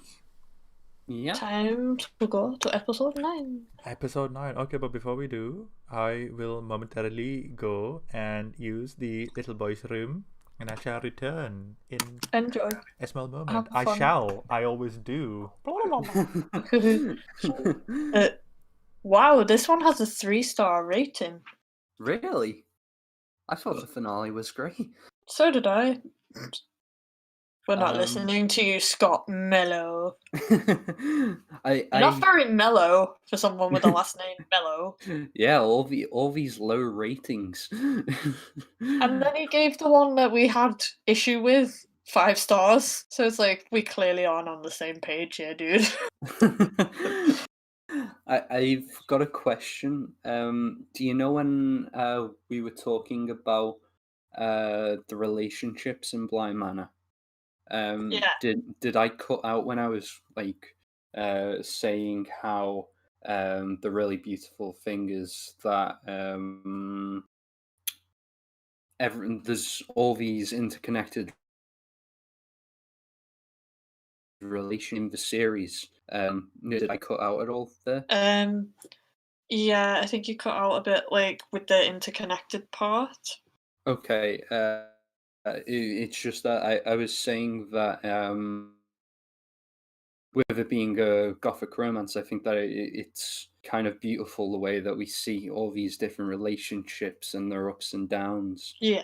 And then I think that it's really sad and unfortunate that all of them seem to lose a particular half, like Yeah. with Henry and Oh, Flora's yeah. mother, and then also Owen and Hannah, and Danny and Jamie, and Yeah. Peter and Rebecca, and then also Danny and her fiance. Like it's full of broken hearts, and I think that's really rather tragic, especially when, like you were saying, this is remember this story is being told at a wedding.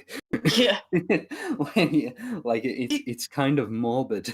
It is. You can't blame Laura for literally going, I am terrified of my husband dying on me because, I mean, I've seen it happen to a lot of my, like, grandparents or even my great aunties and uncles.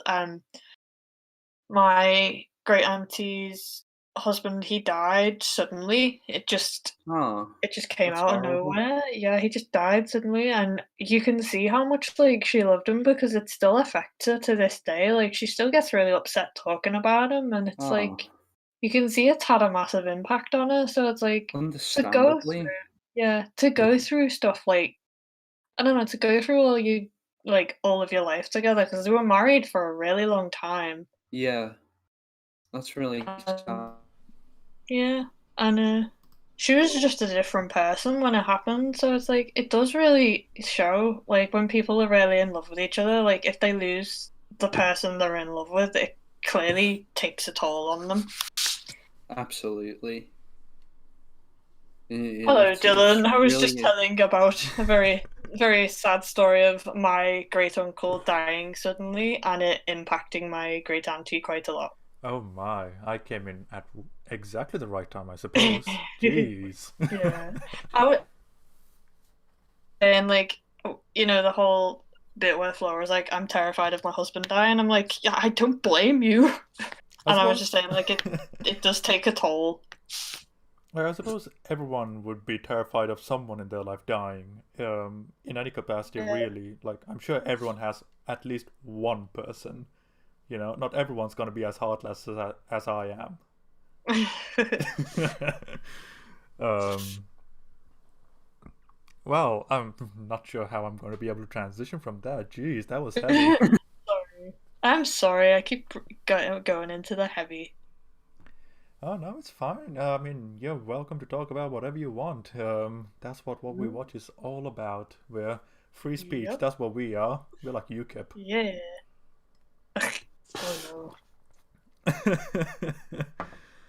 Oh On that note, no. episode More happy 9. stuff. I mean, from a certain perspective, yeah. What a fucking ending! Wow, I was just Yeah. so absolutely, thoroughly satisfied. I think I absolutely. cried a little bit actually. It was heartbreaking. It was really sad. I was like, oh no, that's so sad. Like, not gonna lie, like even though I kind of figured deep down, it's like oh, it's just them talking about themselves. Okay, cool, cool, cool. But it's like when they actually showed young Owen and well, quote unquote young Owen and Henry in the wedding alongside her, I was just like, okay, do you know what? Floodgates are open. Chandler Bing start Yeah, crying kind of thing going on. I It was was just yeah, really like, fulfilling. yeah. I was like, yeah. oh, my heart. It was like even though you knew, just seeing it made it all the more real. Yeah, Absolutely. I think I was like, I'm gonna quote Christina Yang from Grey's Anatomy: "Somebody sedate me," because Okay. there's a scene where she basically, I'll give you some context. She's a very not really a very emotional character, and then she starts crying, and she's like, I just don't want to cry anymore, so she just shouts, "Somebody sedate me," and I'm just like, That sounds oh, like something Rosa would accurate. say on Brooklyn Nine-Nine. Yeah, she's essentially if Rosa was a surgeon, basically. That's awesome. She's played by Sandra Oh, Oh, that's if cool. you know from Killing Eve. Yeah. Yeah. You So know, yeah. I've seen a few episodes of Grey's Anatomy way, way back. Like I'm talking like when it was still at season 4, a respectable amount. Yeah. Oh, um, coronavirus is in it now. oh Jesus. Yep. Is Patrick Lovely. Dempsey still in it? No, he died in season 11. Oh. Oh no. Oh, I was gonna say Spoilers. I was pretty sure Patrick Dempsey is still alive, and you said season 11. I was like, oh, okay, that makes more sense. Yeah. I mean, they brought him back now for Oh, like How's a he dream alive? sequence. No, he still did it, but they brought him back for a dream sequence. okay. I thought it was They gonna be like to like do a stuff like that. I thought it was gonna be like a Friends Dr. Drake Ramore thing where they just put him No. straight back together. No, but yeah, I like very much had the That would have somebody been state me amazing. thing in my mind. um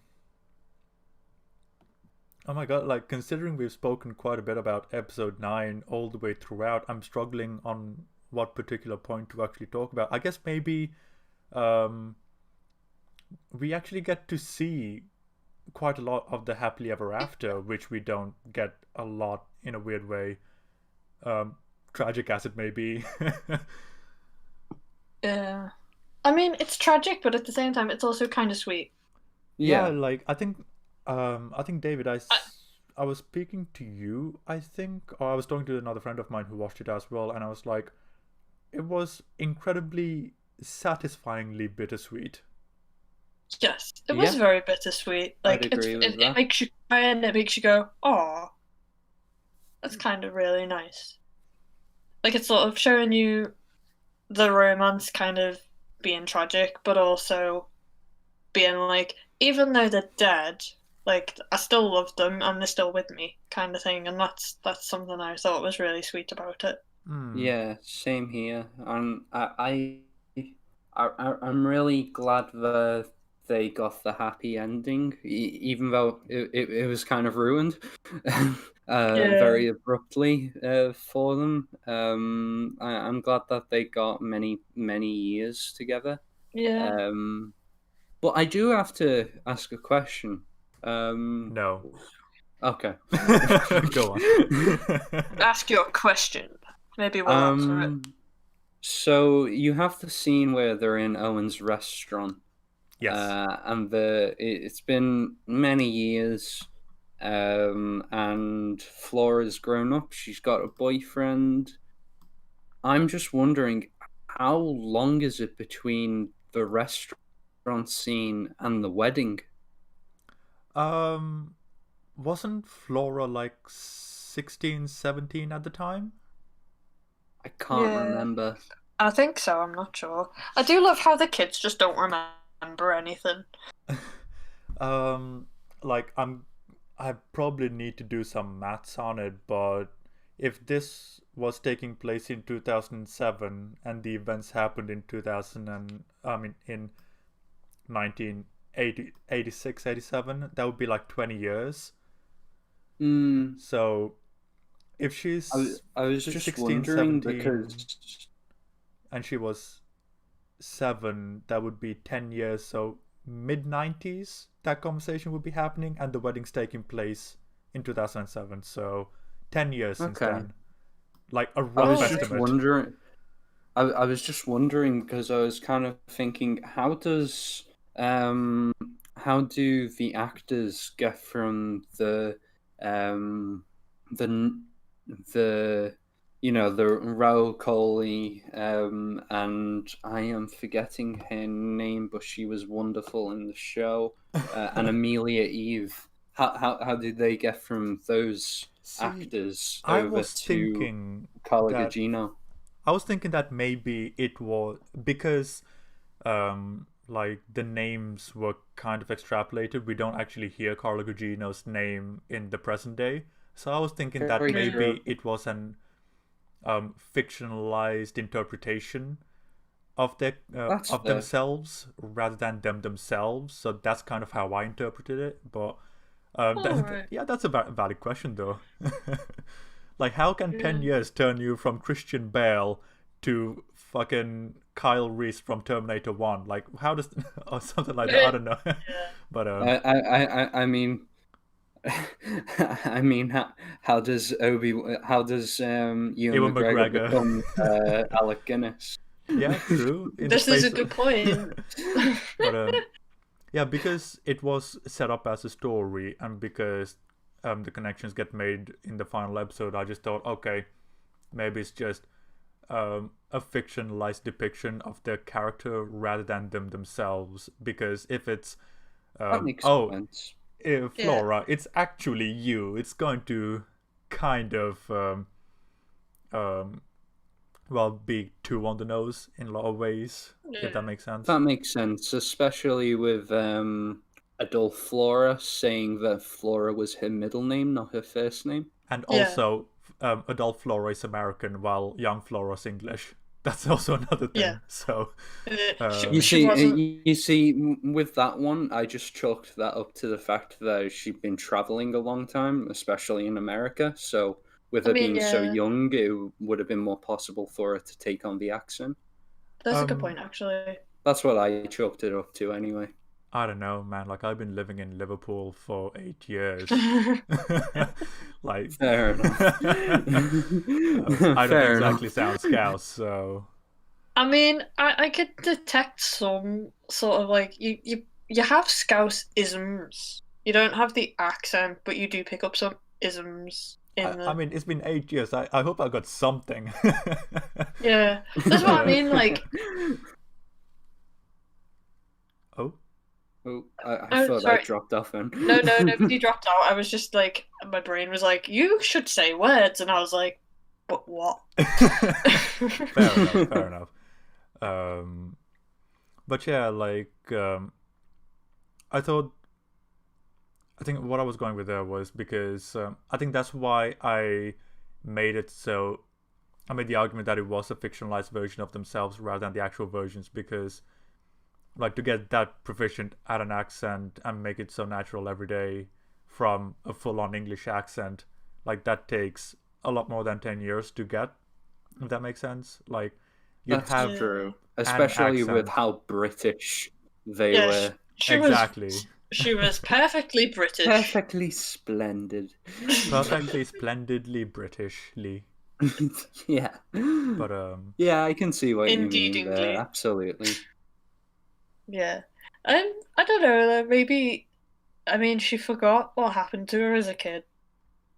Well, forgot, quotations. or at the very least, they forgot the specific events relating to the ghosts at Bly, but they do remember spending time at Yeah. Bly when they were young. So, Oh, I okay. mean, I think that just goes to explore the memory aspect of the show as well. You know, as you grow Yeah. older, you forget things, and that's just one of the things they happen to forget. You know, and it just goes Yeah. on to show how adulthood can get you to forget things as well. Because, like, I barely remember 9, so Yeah.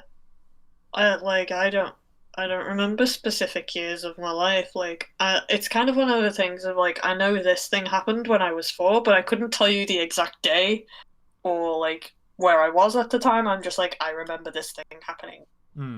Yeah, it's like, or sometimes like this thing happened, that didn't happen. I'm sure it did though. It's like, oh Oh no. yeah, yeah. Like it gets misplaced with the same thing. It's like, did this thing happen when I was this age or this age? Oh, I don't know. And then you kind of mesh the two memories together. And then it turns out, no, that didn't happen to you. That happened to the other person that you happen to be hanging out with. And it's like, okay, Yeah, fair enough. yeah. It's kind of like Ted in How I Met Your Mother, where he ends up like getting completely confused with like which bit of the story he's telling. Oh, I really couldn't get into How I Met Your Mother. Like, I wanted Oh, to, that's fine. but I wanted to be part of the cool kids, but I'm like, I do not care about any of you. And that's No, shocking I considering Neil Patrick Harris is in it. I know. And the interesting thing about How I Met Your Mother to me is the fact that Ted's the least likable out Oh of all the yeah, leads. I couldn't stand Ted yeah. at all. He's really hard to like. Like you kind Um, of, I just kind of watched it for Neil Patrick Harris because I enjoyed him. yeah, That's I liked Neil Patrick Harris. I liked the chick out of Buffy, and I liked Peter Siegel, Jason Siegel, yeah, Jason Segel. Jason Jason Siegel. Segel, yeah. Yeah, I liked him in it as well. He was the out of all of them, I think he was the most likable character. But the rest of them had like things where you're just like, wow, you're just a horrible person. I just like the chick out of Buffy because she's just so hyper, and I'm like, oh, yeah, you seem cool, so I'm I down with love you. Alison Hannigan. She's Alison great. Hannigan is great. I love her. I like, I'm not a big fan of Date Movie, but I liked her in Date Movie. Oh yeah, Date Movie was terrible. Oh my god, Date Movie is so bad it kicked David from the chat. Date Movie is just like, I'm gonna kick everybody out. I haven't watched it in so long, but I remember me and my friend went to see it when we were like 12, and Oh then when it got Jesus. released, it was like a 15, and it was like, how the hell did we get in to see this movie? It's like, oh, it's a date movie. It's fun for children. And it's like, oh Jesus. Totally. Um, I only watched it a couple of times when it first came out, and never again. Oh, I only watched it, and I watched this in the. I paid money to see the like, Oh, you're what is wrong breaking with me? up. Oh, Oh excuse me. no. Let me see. Let's go over to Singapore again. See what happens. Hello there. Hello, welcome to Singapore. Okay, that is better than it was in Europe. So, okay. What were you saying It's all about Europe's seeing? fault. I can't You remember. cut I was off. just like, I paid. Uh, Oh, I was just saying, like, I paid money to see Date Movie in the cinema. I'm just like, 12-year-old me, what is wrong with you? fair enough. Fair enough. Clearly, I had no taste in movies back then. Like, you had taste, just different taste. Yeah, just not as good taste. It got better over time, I think. Oh, I don't know. Like, my taste is so all over the place. Like, one day I could be like, oh, Ilona Holmes is shit. And then I could also go, Suicide Squad is shit, but I have a good time with it though. It's like, they're both broken though. Yeah, I know. But Suicide Squad's fun. Yeah. Um, I'm just like, do I feel like watching Harley Quinn? Yeah, Suicide Squad is then. oh, wait, which Harley Quinn? The show or the film? Oh, I'm talking about Suicide Squad, but if I just want Harley Quinn specifically on its own, then I will just grab the show Oh, and thank watch the God. heck out of This it because it is show's so so good. good. The show It's is like so good. is my ultimate Harley Quinn The film because is she's just shit. really cool. Birds of Prey, utter garbage. I had a You good went time quiet. with it. Oh no, like I mean, Do you know what? oh for God's It sake, has David. Is it everything has okay, Ramona Flowers in it. Hello? David? Hello? Okay. Hello. I was just checking. Like, are you rejoining the call on purpose, or is it a connection issue? I'm curious. I think it's a connection issue. I don't know, but I keep joining. And then I have to leave because of the connection issue. I rejoin, and then I can hear you guys. So, hello. Okay, I was just checking I hadn't cut out then. right. No, it's just I went back to Europe to see if that would help because I'm Oh, getting okay. full bars on the connection, so that's why I'm just not sure what's going on. Um, but yeah, oh god, like I the Harley Quinn fell is just a fucking atrocious. Like, like that's a rant in itself. Oh, there's gonna be videos about that. No, uh, I honestly I had a no, I'm not gonna make videos about it. I'm saying I think you're gonna wait. I'm not making a video about it. oh no, I had a good time with it, but I think honestly I have a good time with anything that has the character of Harley Quinn in it because I love her. So like I'm just kind of I'll be like I'll just watch this and enjoy it for the character. I would too ordinarily because I do love Harley Quinn and I love Mary Elizabeth Winstead, but Yes. I just couldn't get over every single time. It's like, oh, women are oppressed because men are evil every 5 minutes. And I'm like, well, not literally, but it felt like it. And I'm like, Mm. okay, I get it. Men are evil. Can I get a story now, please? Yeah. Please? I get it. Yeah. We're pieces of Like shit. it did feel like it dragged up. Oh, Yeah, I feel like I feel like bless him, Ewan McGregor tried, but I was like, I don't yeah. think he was He casting the was right really role. entertaining. Like, He he It was was was good. really entertaining to entertaining. watch, I was but like, I just yeah, like bless him, he tried, but they yeah, kind of ruined Black Mask as a character because yeah. you had a badass character and you kind of made him. Like I, he should I have don't played even the know. Riddler or something. I feel like that kind of behavior was kind of very much more suited to maybe it could maybe even be suited to a Joker type character because he had like I don't know, he seemed like a really hyperactive character, and I He never had got that manic from Black symptoms all Mask. over the place. Yeah, I was I like, think that might have been what they were going for to contrast that with Harley's relationship with the Joker. We don't want Jared maybe, Leto, but so we're it's gonna that. copy his behavior in another character. It's like, Yeah, oh, okay. Oh, yeah. I mean, of all the characters, though, Black Mask was just kind of.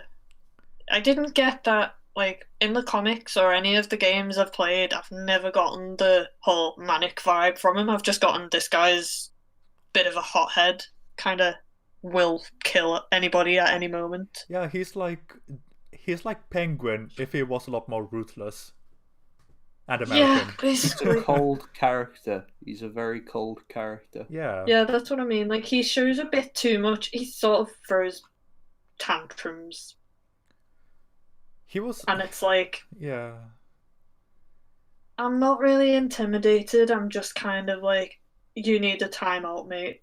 I was just thinking, Black Mask, can you please stop being a pussy and be yourself for once, please? Yeah. Also, I was kind of annoyed that he didn't wear the black mask until the end, and I'm like, the whole thing is he keeps his face covered. So what are you doing? And yet, oh god, like he'd wear it when he was killing someone, and he did that twice, and I'm like, oh, okay, Yeah. I was like, great. oh, so you remembered this character's black mask then? Ugh. And then Huntress, what a waste of a character. I was like, oh, so you're gonna do barely anything and make a comic relief. Great, fantastic, lovely, wonderful. Ugh. I thought Maybe, there was a lot more that they could have done with Huntress in Birds yeah. of Prey. It Maybe felt they'll like a. make a film about Huntress. Or maybe It that could be good. honestly, it felt like a first draft. Yeah, It's I like can see that. it I felt can like see what you mean. it felt like a vomit draft, and it's like, okay, we can work with this. It's like, no, that's the shooting script. The what now? It felt like, yeah, it felt like they were kind of like, oh, well, there's not much else we can do to it. You know, when you're like, you've got a deadline and you're like, I really got to rush to get this done, kind of thing, and you're kind of like, I know I'll get an okay grade for it. It kind of But it reminds could be me. so much Yeah. better. And you're like, it could be so much better, but I have other things that are pressing, so I need to get this out there, and at least I tried. And, you know, I'll get a good grade. It feels like that's what they did with it.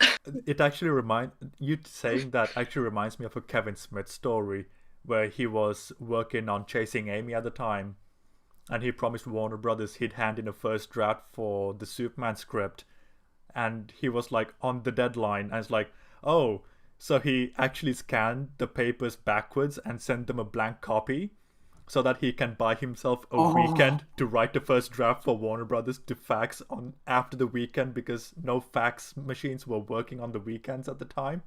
Because that is how you get extra time. That is genius. like, oh man, watching Kevin Smith tell stories is one of the joys of life. He is so good at it.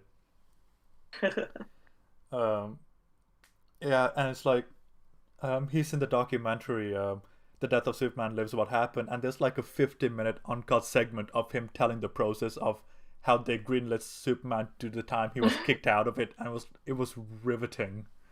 Oh, I have to watch that. That sounds interesting. I've got it on Blu-ray here, but yeah, I just have to. We'll figure something out with that. Mail it to me. I'm kidding. But is there anything we want to talk about Bly Manor that's lingering? Yeah, sorry, went on a tangent there. A huge one, actually. Maybe we should do an in-depth review of Birds of Prey, but together. Oh, like all Jesus. three of us. Like, how many That'd be hours do funny. you have? Okay, we can split it into parts. It's like, you thought Bly Manor was long. Ooh, boy, wait till you get to Birds of Prey. What did you think of how everyone's storylines ended up in Bly Manor? I thought, personally, it was incredibly satisfying. Like, Owen got off to do his own thing as he wanted, but with the memory of Hannah all along. The two girls, Jamie and Danny, got to spend a portion of the life they've always dreamed of together until, it's time for Danny to lay down the gauntlet. Henry finally gets to spend time with the family he never could. It was satisfying all the way through. I thought so as well. Like, it's a great way of portraying acceptance and moving on in a really efficient way. It's like, yeah, this shit happened. Yeah. It's time to move on, but remember those who came before us. Spend time with us at the same time. Absolutely. I thought it was really lovely that they have the tribute for Hannah in Don's restaurant. I thought that was really lovely. Sweet. Yeah, it was really nice. I like the part and advice basically she gives to the bride, because she's like, yeah, and then people died and stuff, but they still loved each other, and that's worth something. Like, it's basically, in a way, it's like, yeah, sure, you might lose them, but that doesn't mean like you shouldn't try. Absolutely. And it calls back to Jamie's speech monologue about, yeah, plants are nice, but you know what? People are shit, but I'll give it a go. Yeah. You do get the rare good ones, basically, I think she says, because she basically describes Danny as one of those rare moonflower things that only grow in specific conditions, and I really liked that.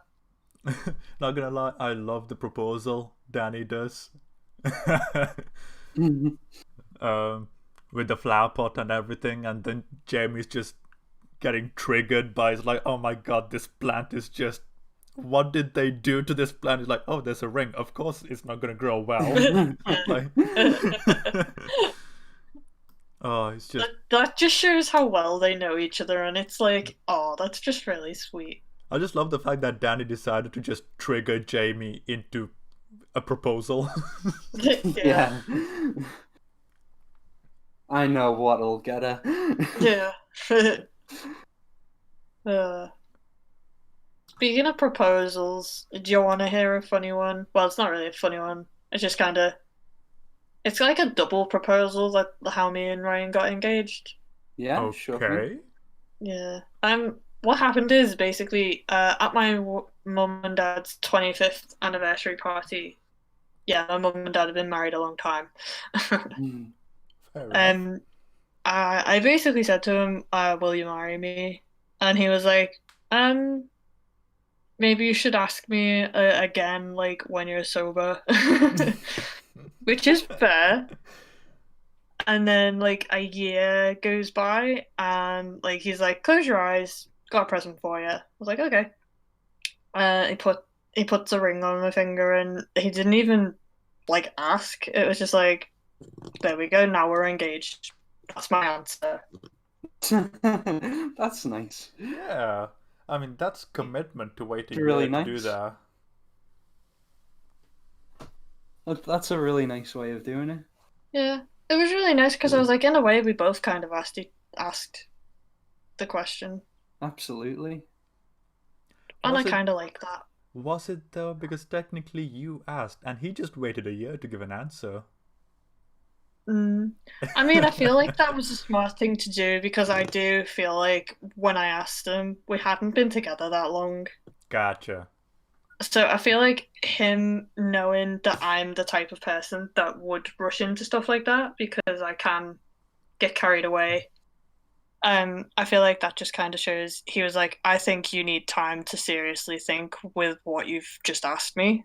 Hmm. Yeah. And I I feel like think, that's a testament to how well he knows me. yeah, exactly. I'm really happy for you guys. Oh, thank you. Yeah. I got all gross there. How dare you?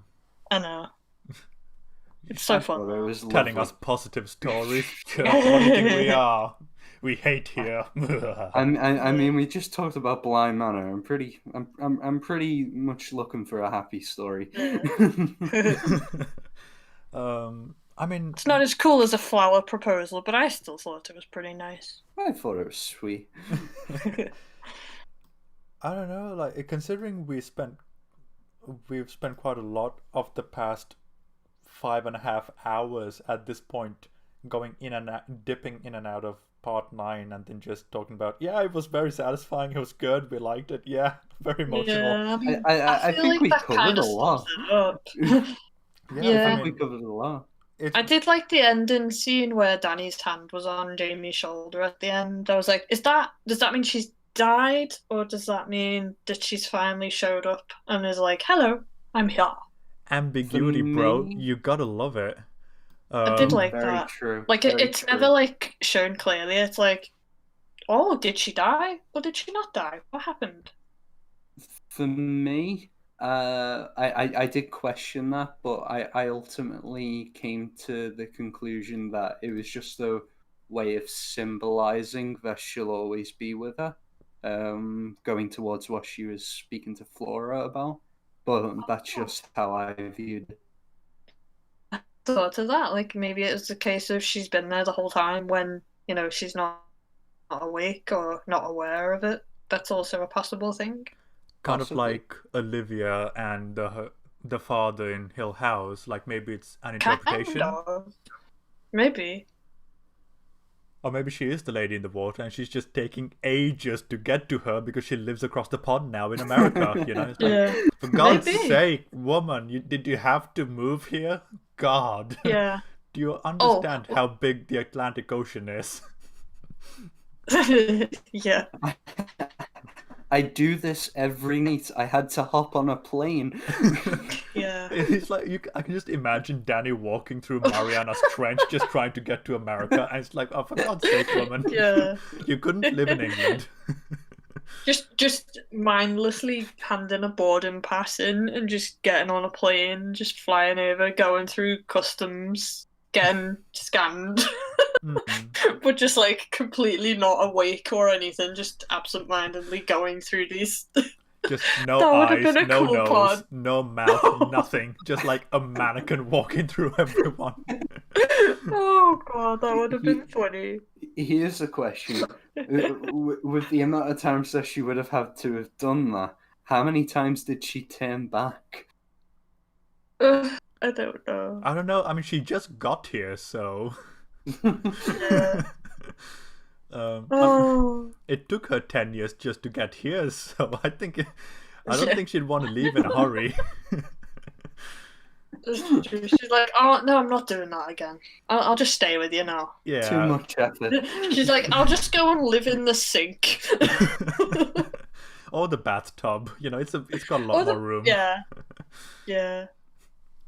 And I could just imagine a fully grown person just sitting on the sink and just like trying to sit on it like a couch. It's like this. I don't fit here, you know. It's like deal Just with like, it. I think I'll move to the bath.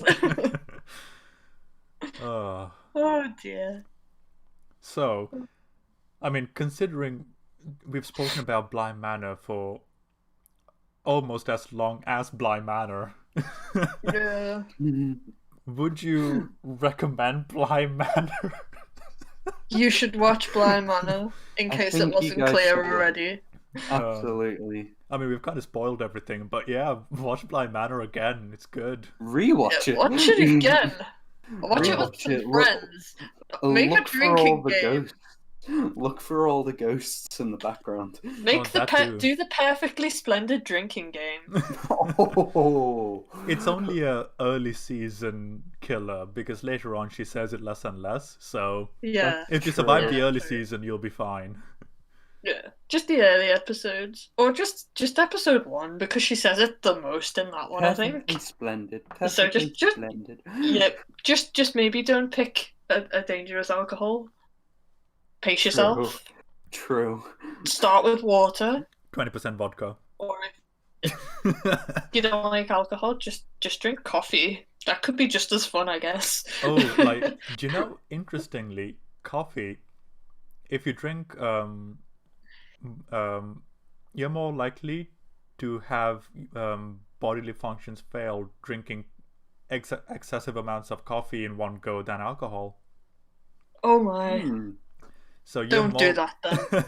Yeah, interesting. Like, it depends on the type of alcohol, of course, but coffee consistently, if you intake it, like, if you have 2 pots of coffee in the space of like 5 hours and equivalent it to like cider, like, you're more likely to go to the emergency room from the coffee than like of 2 pots, 3 pots, like one of the two, you're more likely to go to the ER from the coffee than the alcohol.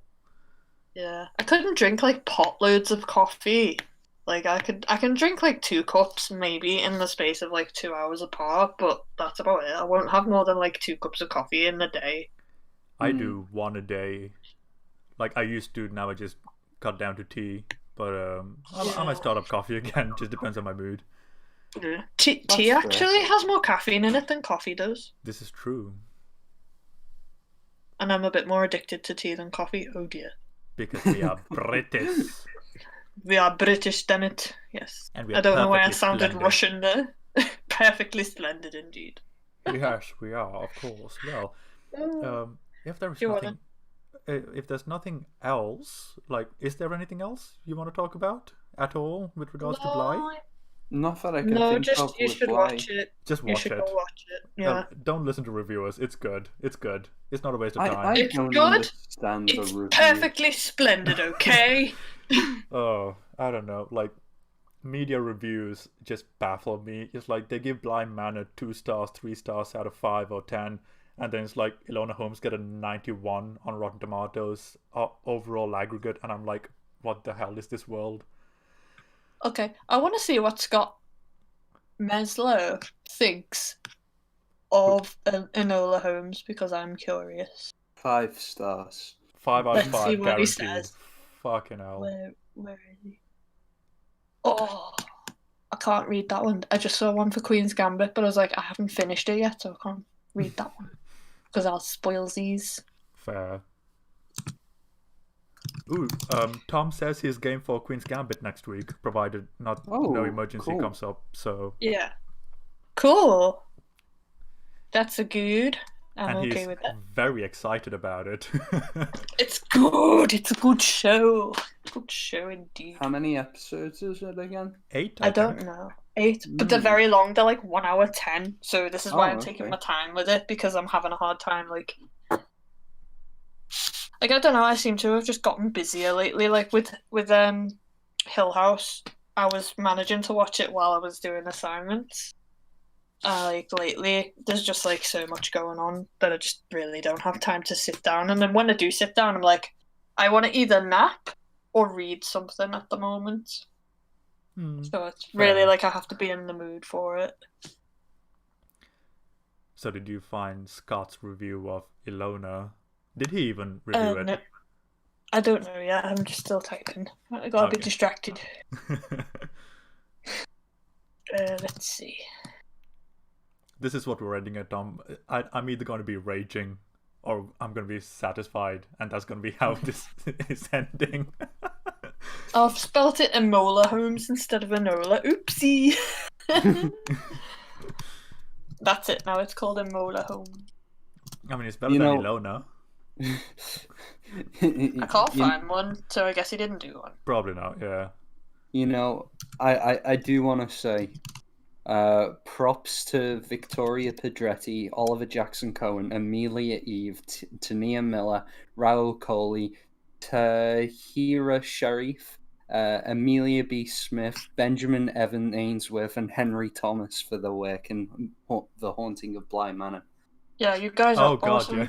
Please act in more things. Like Yes. and also Kate Siegel, Carla Gugino, and Catherine Parker, who also reappeared.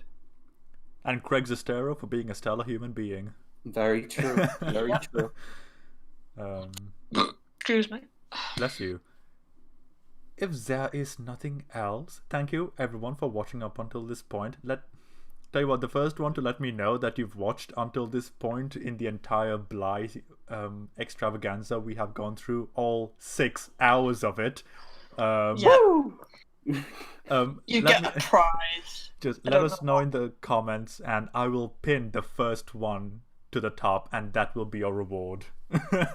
Yeah. So thank you everyone for watching, and we will see you next time when we're talking about the Queen's Gambit. Can't wait. Ooh, I'm excited. Goodbye. See ya. Blah, blah, blah, blah.